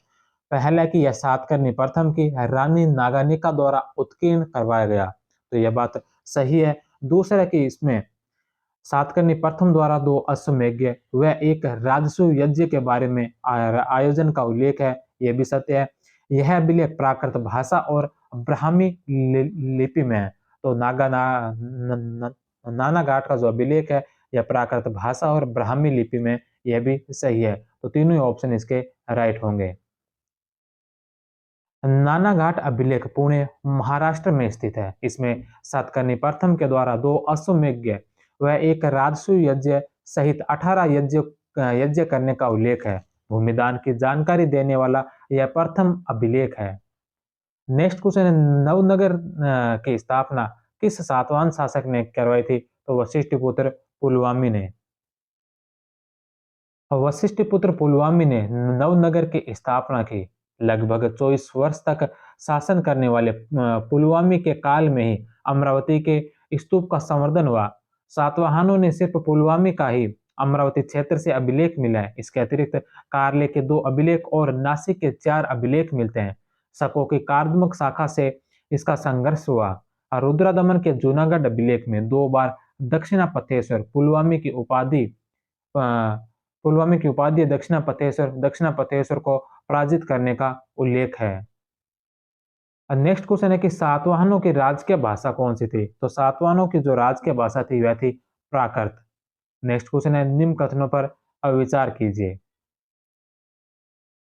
2 कथन दे रखे हैं। पहला कि सातवाहन राजाओं के नाम मातृ प्रधान थे और सातवाहन कालीन समाज जो पितृ प्रधान था। तो सातवाहन कालीन समाज तो पितृ प्रधान था, लेकिन राजाओं के जो नाम थे वह नाम मातृ प्रधान थे। तो दोनों ऑप्शन सही है, 6 नंबर ऑप्शन। सातवाहन शासकों के नाम मातृ प्रधान थे। आंध्र जाति का सर्वप्रथम उल्लेख ऐत्रेय ब्राह्मण में मिलता है। ऐत्रेय ब्राह्मण के अनुसार विश्वामित्र के वंशजों ने गोदावरी और कृष्णा के बीच में जाकर आर्यतर स्त्रियों से विवाह किया और इस प्रकार जो जाति उत्पन्न हुई वह आंध्र कहलाई। सातवाहन एक राजनीतिक उपाधि है जिसका पर्याय शालिवाहन से लगाया जा सकता है। सिंह शाली, सिंह है वाहन जिसका। नेक्स्ट क्वेश्चन है कि किस इतिहासकार के अनुसार सातवाहन ब्राह्मण थे जिनमें जिनमें नागों के रक्त का मिश्रण था? तो कौन से इतिहासकार के अनुसार है जो सातवाहन ब्राह्मण थे जिनमें नागों के रक्त का मिश्रण था? तो यह बात कही थी हेमचंद्र राय चौधरी ने। इस धारणा के पीछे पर्याप्त आधार है कि सातवाहन या आंध्र भृत्य वंश के लोग ब्राह्मण थे। निसंदेह उनमें नाग रक्त भी था। द्वात्री सप्त पुतलिका में भी शालिवान सातवाहन को ब्राह्मण व नाग वंश का मिश्रण बताया गया है। नेक्स्ट क्वेश्चन है कि सातवाहन वंश में हेरेन्य का नामक अधिकारी का क्या कार्य था? तो सातवाहन वंश में हेरेन्य का जो अधिकारी होता था, यह खजाने की देखभाल करने वाला होता था। इसे खजांची कहा जाता था। 6 नंबर ऑप्शन। नेक्स्ट क्वेश्चन है कि सातवाहन काल में पट्टिका पालक नामक अधिकारी का काम क्या था? तो सातवाहन काल में पट्टिका पालक अधिकारी का कार्य था, यह था शासन पत्रों की देखरेख करना। नेक्स्ट क्वेश्चन है कि सातवाहन प्रशासन के संबंध में निम्नलिखित में से कौन से कथन सत्य है? सातवाहन प्रशासन के बारे में कौन कौन से कथन सत्य हैं? पहला कि सातवाहन साम्राज्य आहारों में बंटा हुआ था। सातवाहन साम्राज्य आहारों में बंटा हुआ था, ये सही है। आहार से नीचे की इकाई ग्राम होता था। ग्राम का मुखिया ग्रामिक कहलाता था और नगरों का प्रशासन निगम सभा द्वारा चलाया जाता था। तो चारों ऑप्शन जो इसके राइट हैं। नेक्स्ट क्वेश्चन है कि किस सातवाहन शासक की उपाधि द्विज कुलवर्धन थी? तो द्विज कुलवर्धन कौन से सातवाहन शासक की उपाधि थी? तो यह उपाधि थी गौतमीपुत्र सातकर्णी की। Gautamiputra Satakarni 6 number option. और गौतमीपुत्र सातकर्णी को वर्ण व्यवस्था का रक्षक और वर्ण संकर को रोकने वाला आगमनीय वेदों का आश्रयदाता भी कहा जाता है। नासिक अभिलेख में इसे शक यवन पहलो निषुद्नस कहा गया। गौतमीपुत्र के शासनकाल की जानकारी का प्रमुख स्रोत नासिक प्रशस्ति है। नासिक से गौतमीपुत्र के 2 अभिलेख मिले हैं। पुराणों के अनुसार इस वंश का 23वां शासक था। इसकी माता का नाम गौतमी बलश्री व पिता का नाम शिवस्वाति था। नेक्स्ट क्वेश्चन है कि सातवाहन वंश हाल के समय पैशाची प्राकृत में रचित वृहत कथा के लेखक कौन थे? सातवाहन शासक हाल के समय पैशाची प्राकृत में रचित वृत्त कथा के लेखक कौन थे? तो यह लेखक थे गुणाढ़। नेक्स्ट क्वेश्चन है कि सातवाहन वंश के संबंध में निम्न कथनों में से कौन से सत्य हैं? कौन से कथन है जो सत्य है? पहला कि इस वंश का संस्थापक सिमुक था। सातवाहनों का संस्थापक सिमुक था, यह सही है। दूसरा कि गौतमीपुत्र सातकर्णी इस वंश का सबसे महत्वपूर्ण शासक था, तो यह बात भी सत्य है। तीसरा कि यज्ञश्री सातकर्णी इस वंश का अंतिम महत्वपूर्ण शासक था, तो यह बात भी सही है। तीनों ही ऑप्शन इसके राइट हैं। सातवाहन शालिवान या आंध्र भृत्य वंश का राज्य दक्षिणापथ था। इस वंश की स्थापना सिमुक ने की थी।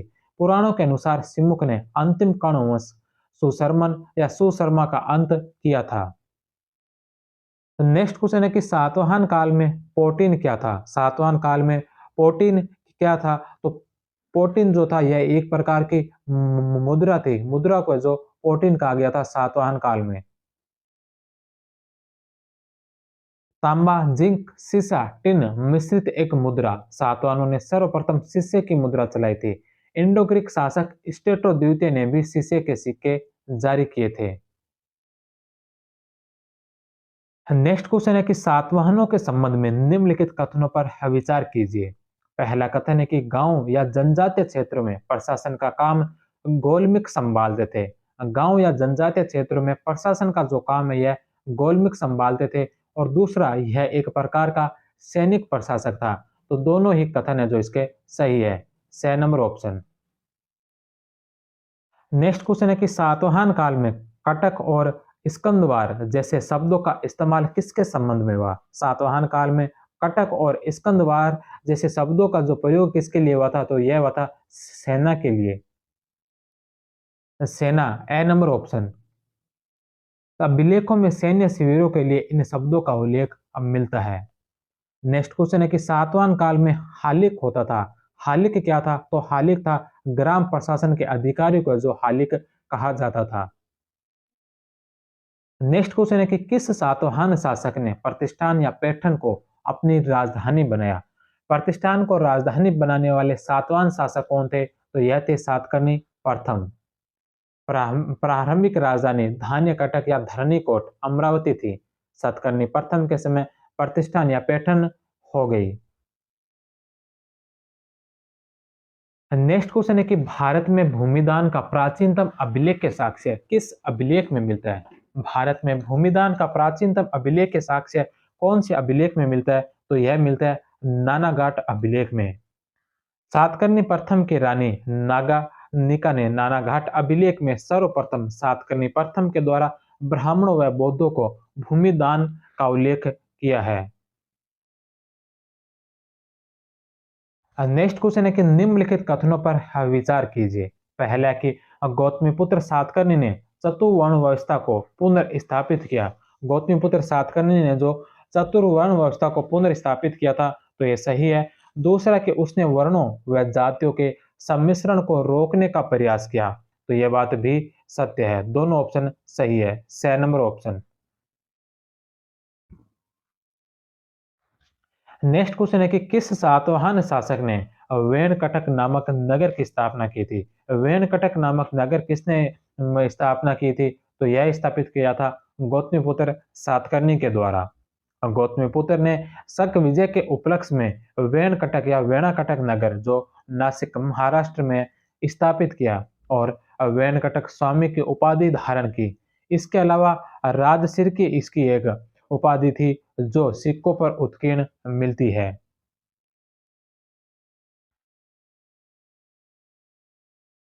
नेक्स्ट क्वेश्चन है कि सातवाहन कालीन अभिलेखों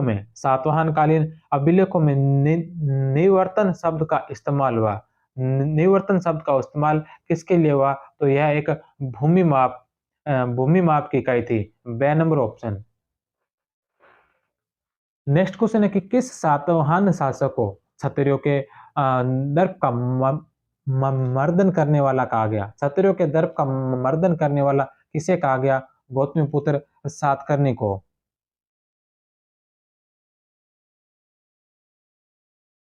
नेक्स्ट क्वेश्चन है कि प्राचीन भारत की प्रथम महिला संरक्षिका जिसने अपने सिक्के जारी किए।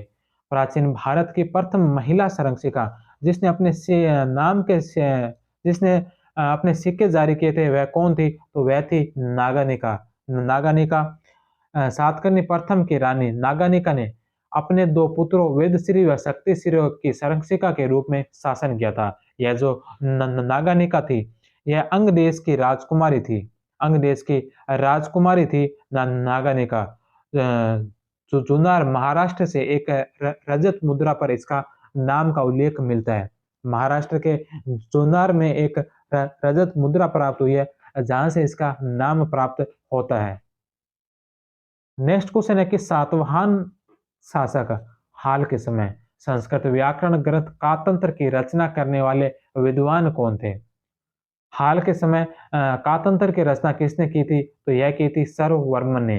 ए नंबर ऑप्शन। कातंत्र का लेखक सर्ववर्मन और कथा का लेखक गुणाढ्य हाल के दरबार में थे। हाल स्वयं एक कवि था जिसने गाथा सप्तशती की रचना की, जिसमें सिंचाई के लिए प्रयुक्त रहट मड़िया या अरहट घटिका का उल्लेख है। कातंत्र संस्कृत व्याकरण ग्रंथ था। वृहत कथा पेशाची प्राकृत में है और गाथा सप्तशती प्राकृत में है। अतः स्पष्ट है कि सातवाहन काल में संस्कृत के साथ प्राकृत व अन्य लोक भाषाओं का विकास हुआ व उनमें साहित्य भी रचा गया। नेक्स्ट क्वेश्चन है कि निम्नलिखित में से किस से श्रेणी शब्द के सर्वाधिक उपयुक्त व्याख्या होती है? तो श्रेणी शब्द की सर्वाधिक उपयुक्त व्याख्या, तो श्रेणी है एक व्यवसाय करने वाले एक या एक से अधिक जाति के लोगों का जो संगठन था उसे श्रेणी कहा गया। 6 नंबर ऑप्शन। नेक्स्ट क्वेश्चन है Periplus of the Erythraean sea. Periplus of the Erythraean sea के अनुसार भारत की ओर समुद्री यात्राएं एपीकी में की जाती है। यहाँ एपीकी का तात्पर्य क्या है? तो एपीकी का तात्पर्य जुलाई से।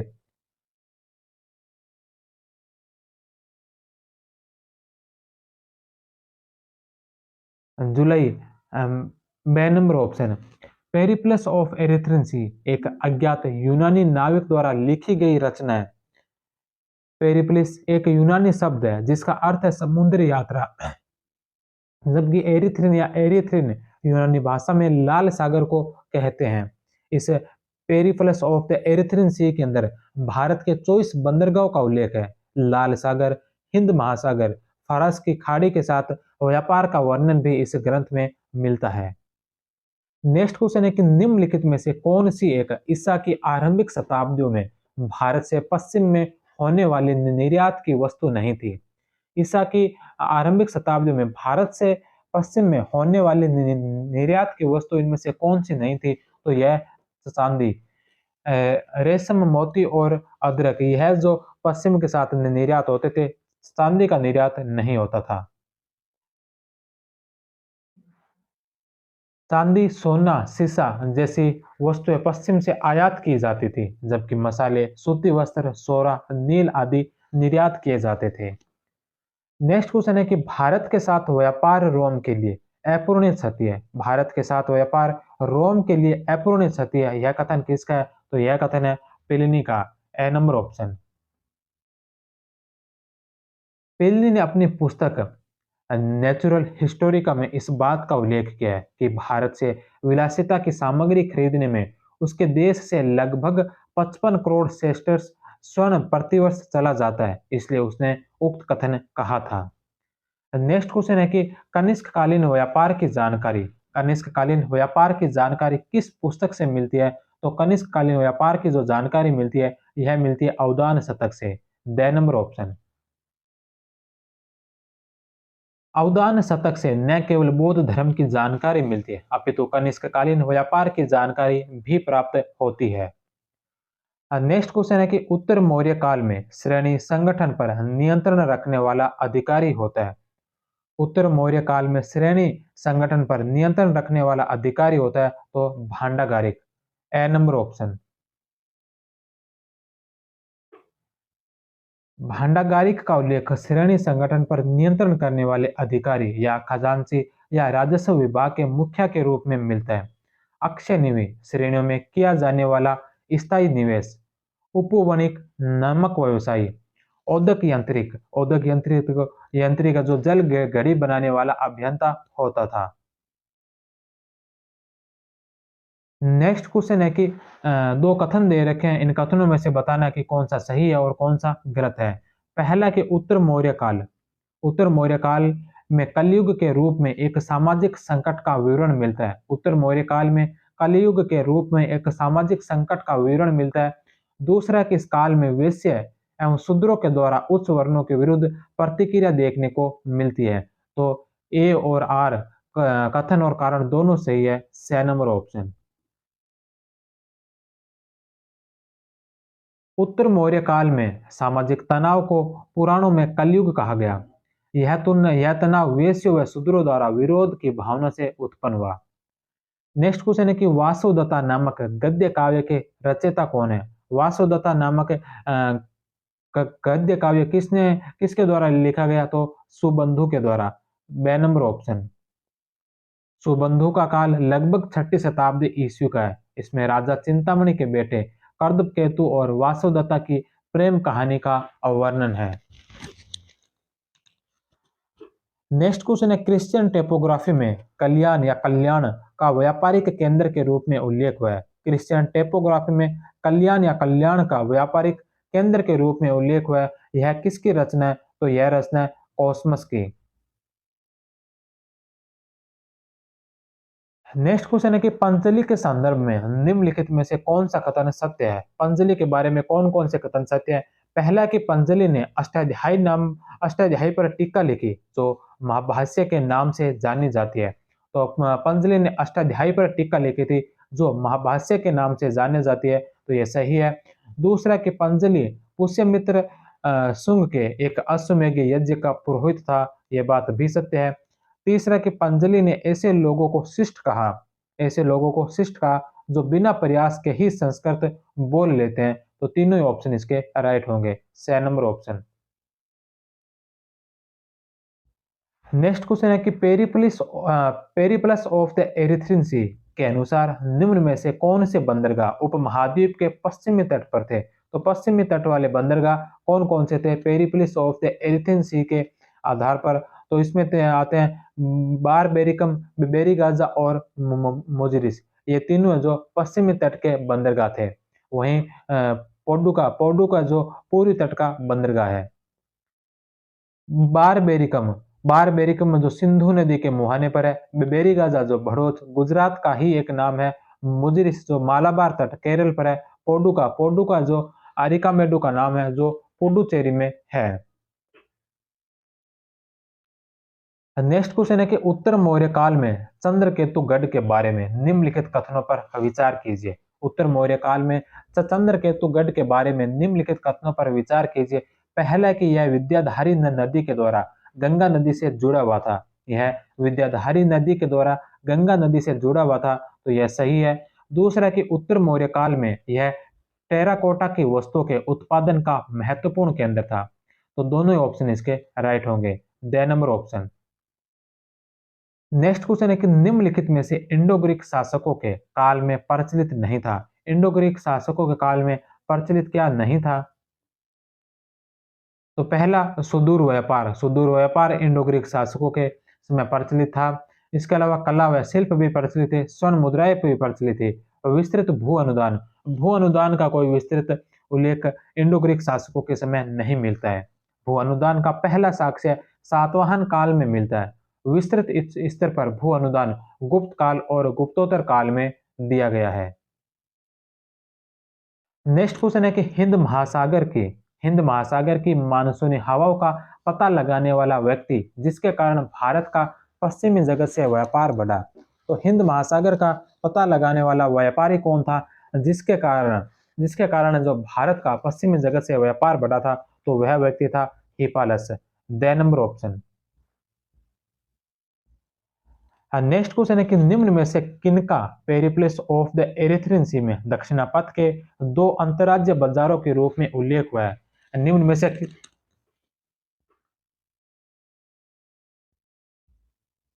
में से किनका Periplus of the Erythraean sea में दक्षिणापथ के दो अंतरराज्य बाजारों के रूप में उल्लेख हुआ है? तो यह उल्लेख हुआ है प्रतिष्ठान और तगर का। ए नंबर ऑप्शन। पेरिप्लस व तगर दोनों महाराष्ट्र में स्थित है। प्रतिष्ठान व पैठन औरंगाबाद में गोदावरी नदी के उत्तरी किनारे पर स्थित है।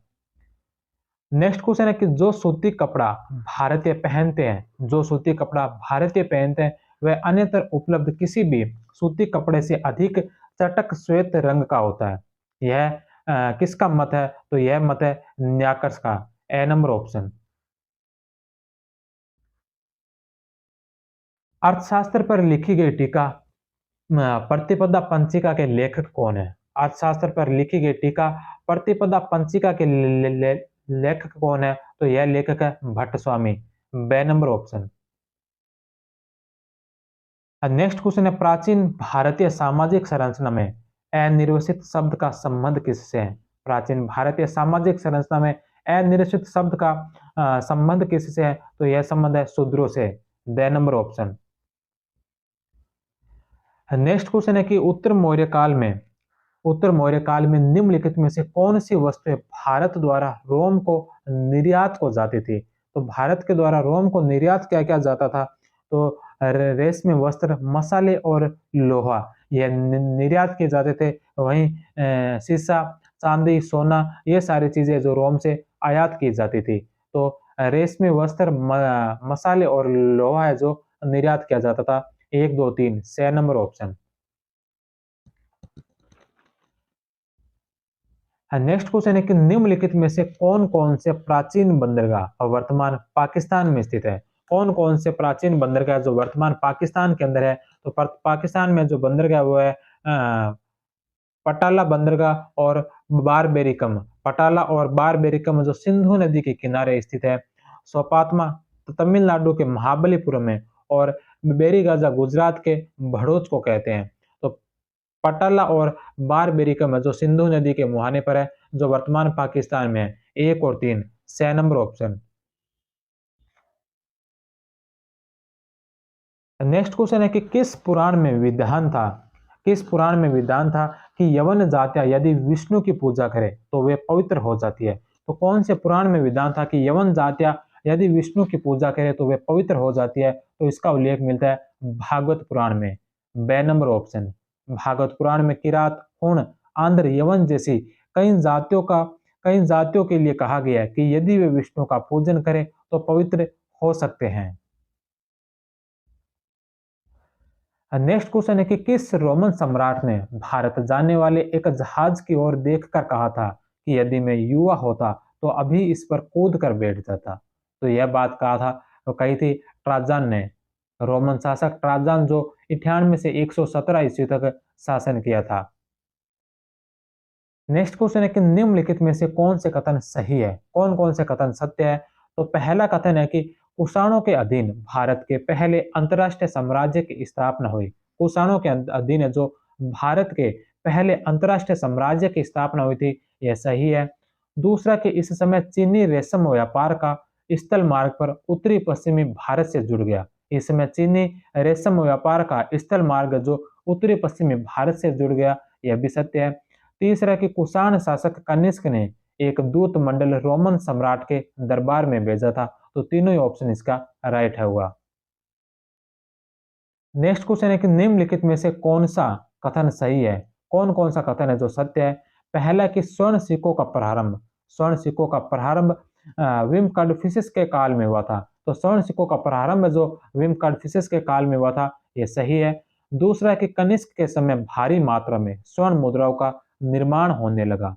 कनिष्क के समय भारी मात्रा में स्वर्ण मुद्राओं का निर्माण होने लगा, यह भी सत्य है। तीसरा कि कुषाण कालीन स्वर्ण मुद्राओं का वजन 123-24 ग्रेन था। कुषाण कालीन स्वर्ण मुद्राओं का जो वजन है यह 123-24 ग्रेन था, यह भी सत्य है। इसमें स्वर्ण की मात्रा 72% थी। तो स्वर्ण की मात्रा 72 नहीं बल्कि स्वर्ण की मात्रा 92% थी। 2 नंबर ऑप्शन इसका, 4 नंबर ऑप्शन इसका गलत होगा। 1, 2 और 3, 6 नंबर इसका राइट है। इनमें स्वर्ण की मात्रा 92% थी। कुषाण शासकों के पास स्वर्ण का एक बड़ा भंडार था जो उन्होंने मध्य एशिया के अलताई पहाड़ों और रोम से प्राप्त किया था। नेक्स्ट क्वेश्चन है कि उत्तर मौर्य काल में यवन पीरियड किसे कहा गया। तो यवन पीरियड आप सबको पता है काली मिर्च को कहा जाता है। 2 नंबर ऑप्शन। नेक्स्ट क्वेश्चन है कि निम्नलिखित में से कौन सा कथन सही नहीं है, कौन सा कथन है जो सही नहीं है। पहला कि कुषाण काल में नगरीकरण की प्रक्रिया धीमी हुई थी। तो नगरीकरण की प्रक्रिया धीमी नहीं बल्कि कुषाण काल में नगरीकरण की प्रक्रिया जो चरमोत्कर्ष पर थी। पहला ही ऑप्शन इसका गलत होगा।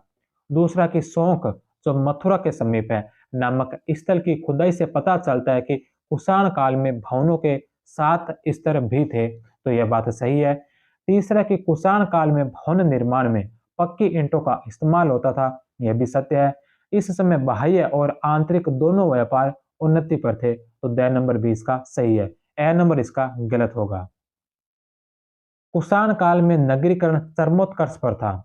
आर एस शर्मा ने अर्बन डीके इन इंडिया में 125 से अधिक उत्खनित स्थलों की सूची प्रस्तुत की है, जिसके आधार पर यह कहा जा सकता है कि ईसा पूर्व 200 से 300 ईस्वी तक की 5 शताब्दियों में नगरीकरण अपनी उन्नति की पराकाष्ठा पर था। नेक्स्ट क्वेश्चन है कि निम्नलिखित कथनों पर विचार कीजिए। पहला है कि ईसा की प्रथम शताब्दियों में भरूच पश्चिमी भारत की सर्व प्रमुख मंडी थी। ईसा की प्रारंभिक शताब्दियों में भरूच जो पश्चिमी भारत की सर्व प्रमुख मंडी थी, यह बात सही है।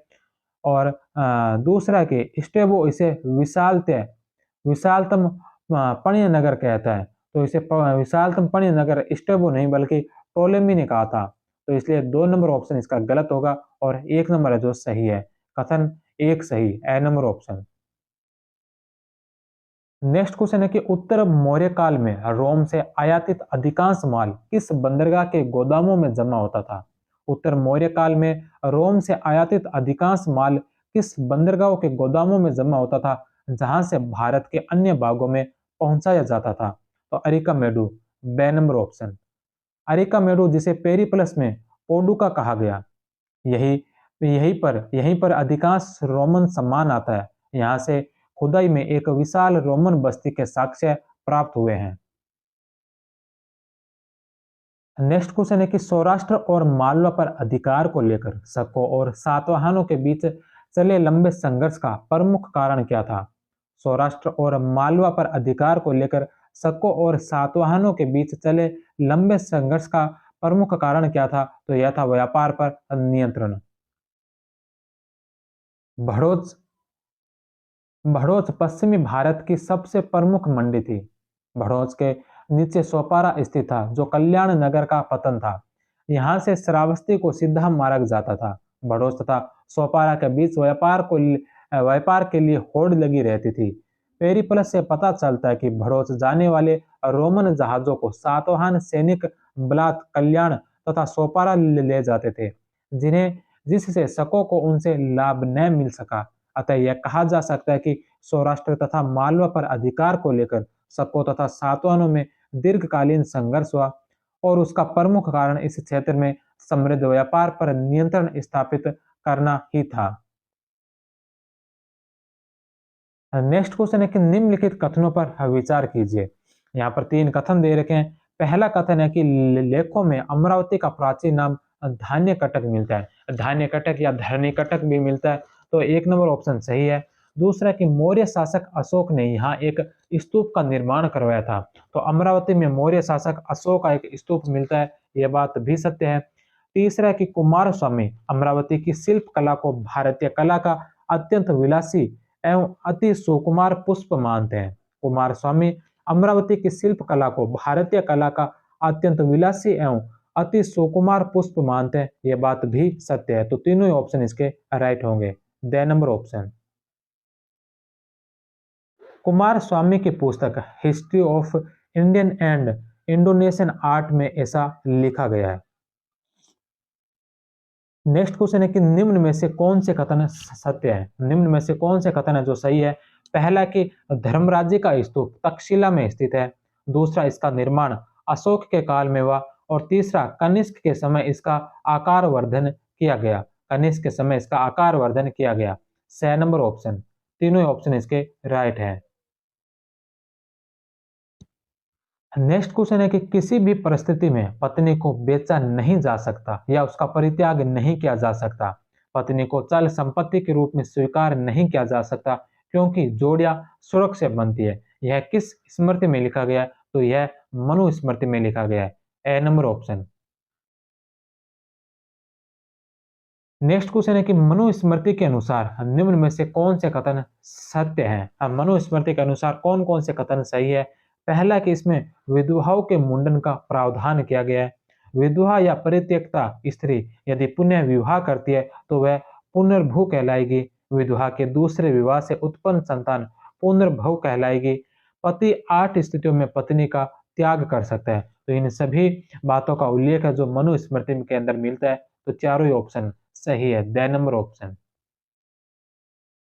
नेक्स्ट क्वेश्चन है कि सातवाहन कालीन बौद्ध धर्म के संबंध में निम्न में से कौन से कथन सत्य है? सातवाहन कालीन बौद्ध धर्म से संबंधित 4 कथन है।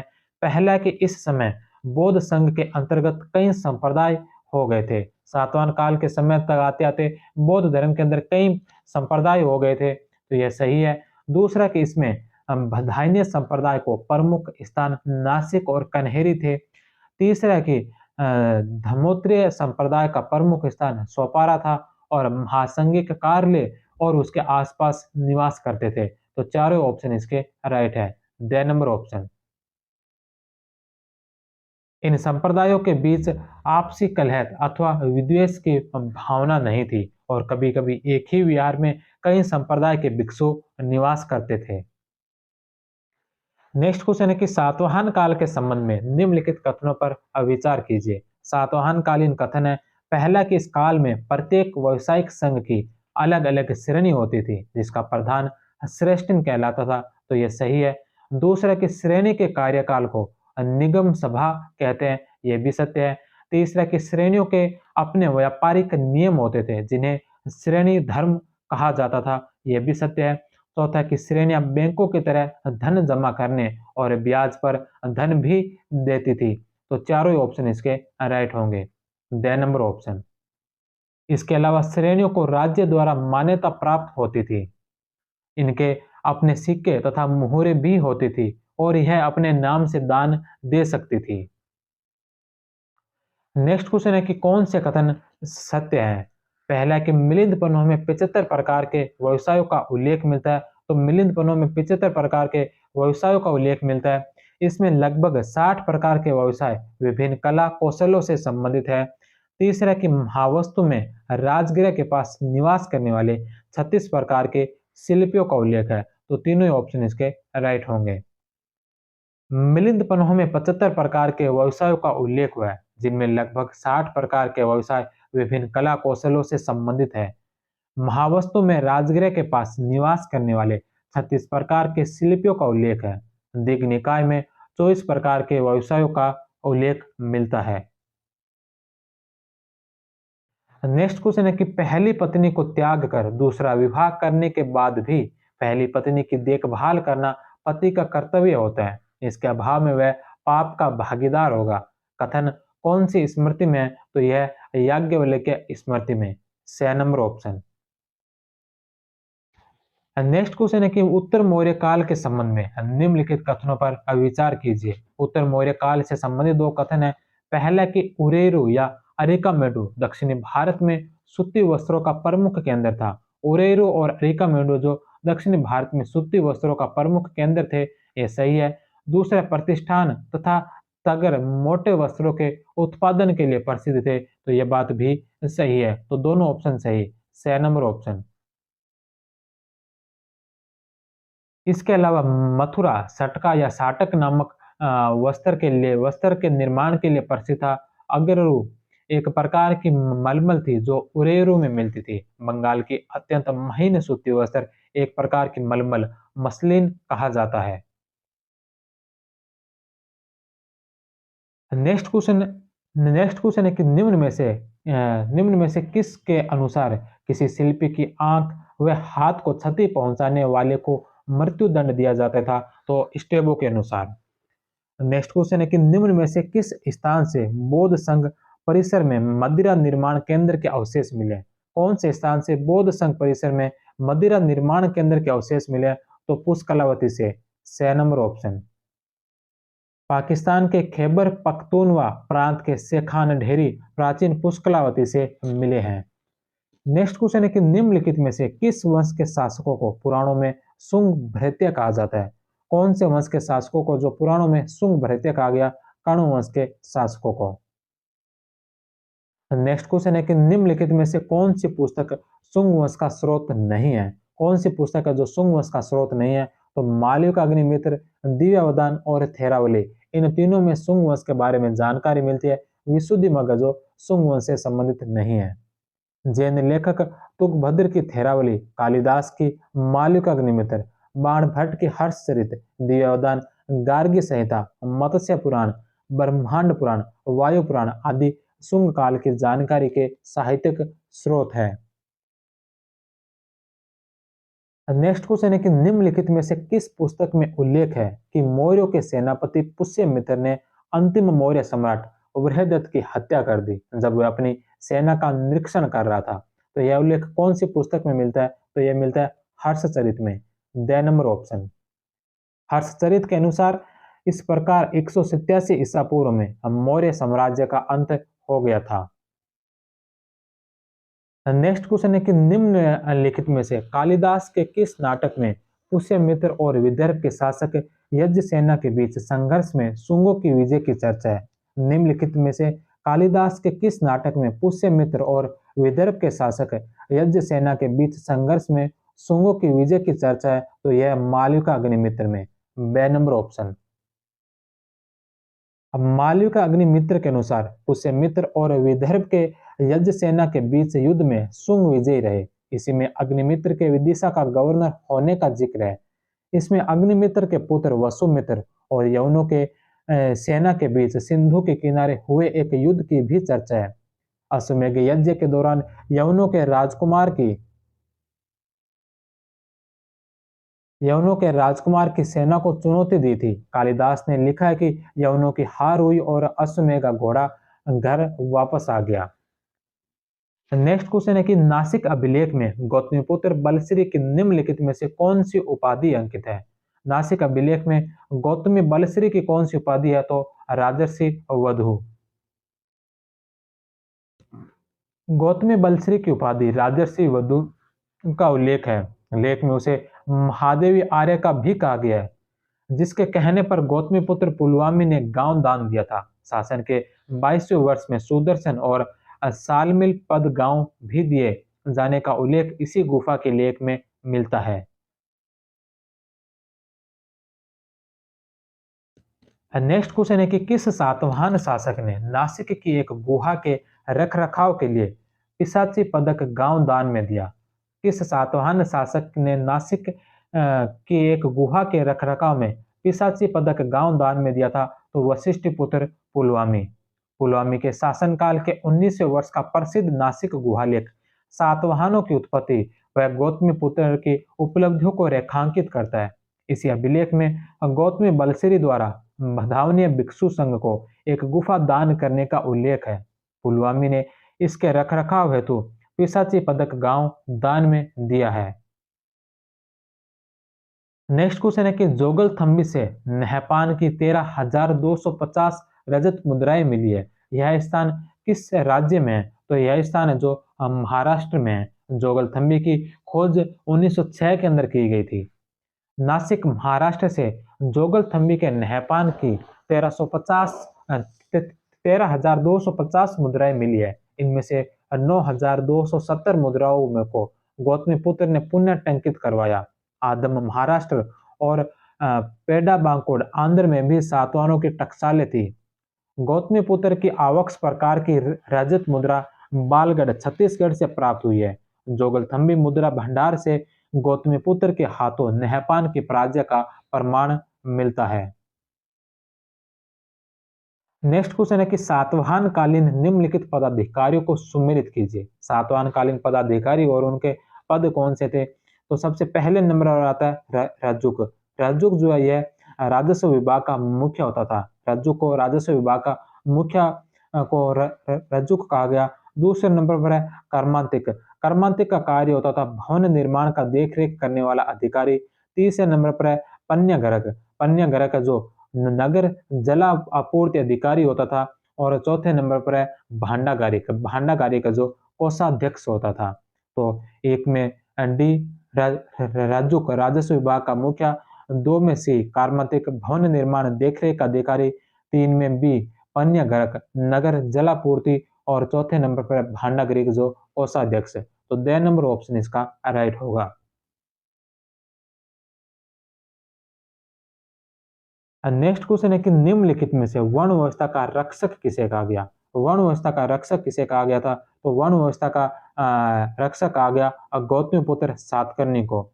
और इसका उल्लेख हमें मिलता है नासिक प्रशस्ति के अंदर। इसमें वशिष्ठ पुत्र पुलवामी के शासनकाल का है। जो नासिक प्रशस्ति है यह वशिष्ठ पुत्र पुलवामी के शासनकाल का है कि 19वें वर्ष में गौतमी पुत्र सातकर्णी की माता मूलश्री द्वारा यह प्रशस्ति लिखवाई गई थी। इसमें गौतमीपुत्र सातकर्णी की विजयों का उल्लेख है। ब्राह्मी लिपि में यह लिखी गई है जो नासिक प्रशस्ति है, और प्राकृत भाषा के अंदर लिखी गई है। तो आज के इस जो चैप्टर जो हमारा चल रहा है मौर्योत्तर काल, इसके अंदर लगभग 300 प्रश्न है। तो 158 प्रश्न हमने आज की क्लास में कर लिए हैं। बाकी बचे जो 140-45 क्वेश्चन और बचे हैं उनको हम अगली क्लास में करेंगे, कल की क्लास में करेंगे। तो आज आपने अब तक 158 क्वेश्चनों को ध्यान से पढ़ा, ध्यान से सुना। आगे के क्वेश्चन हम कल की क्लास में करेंगे।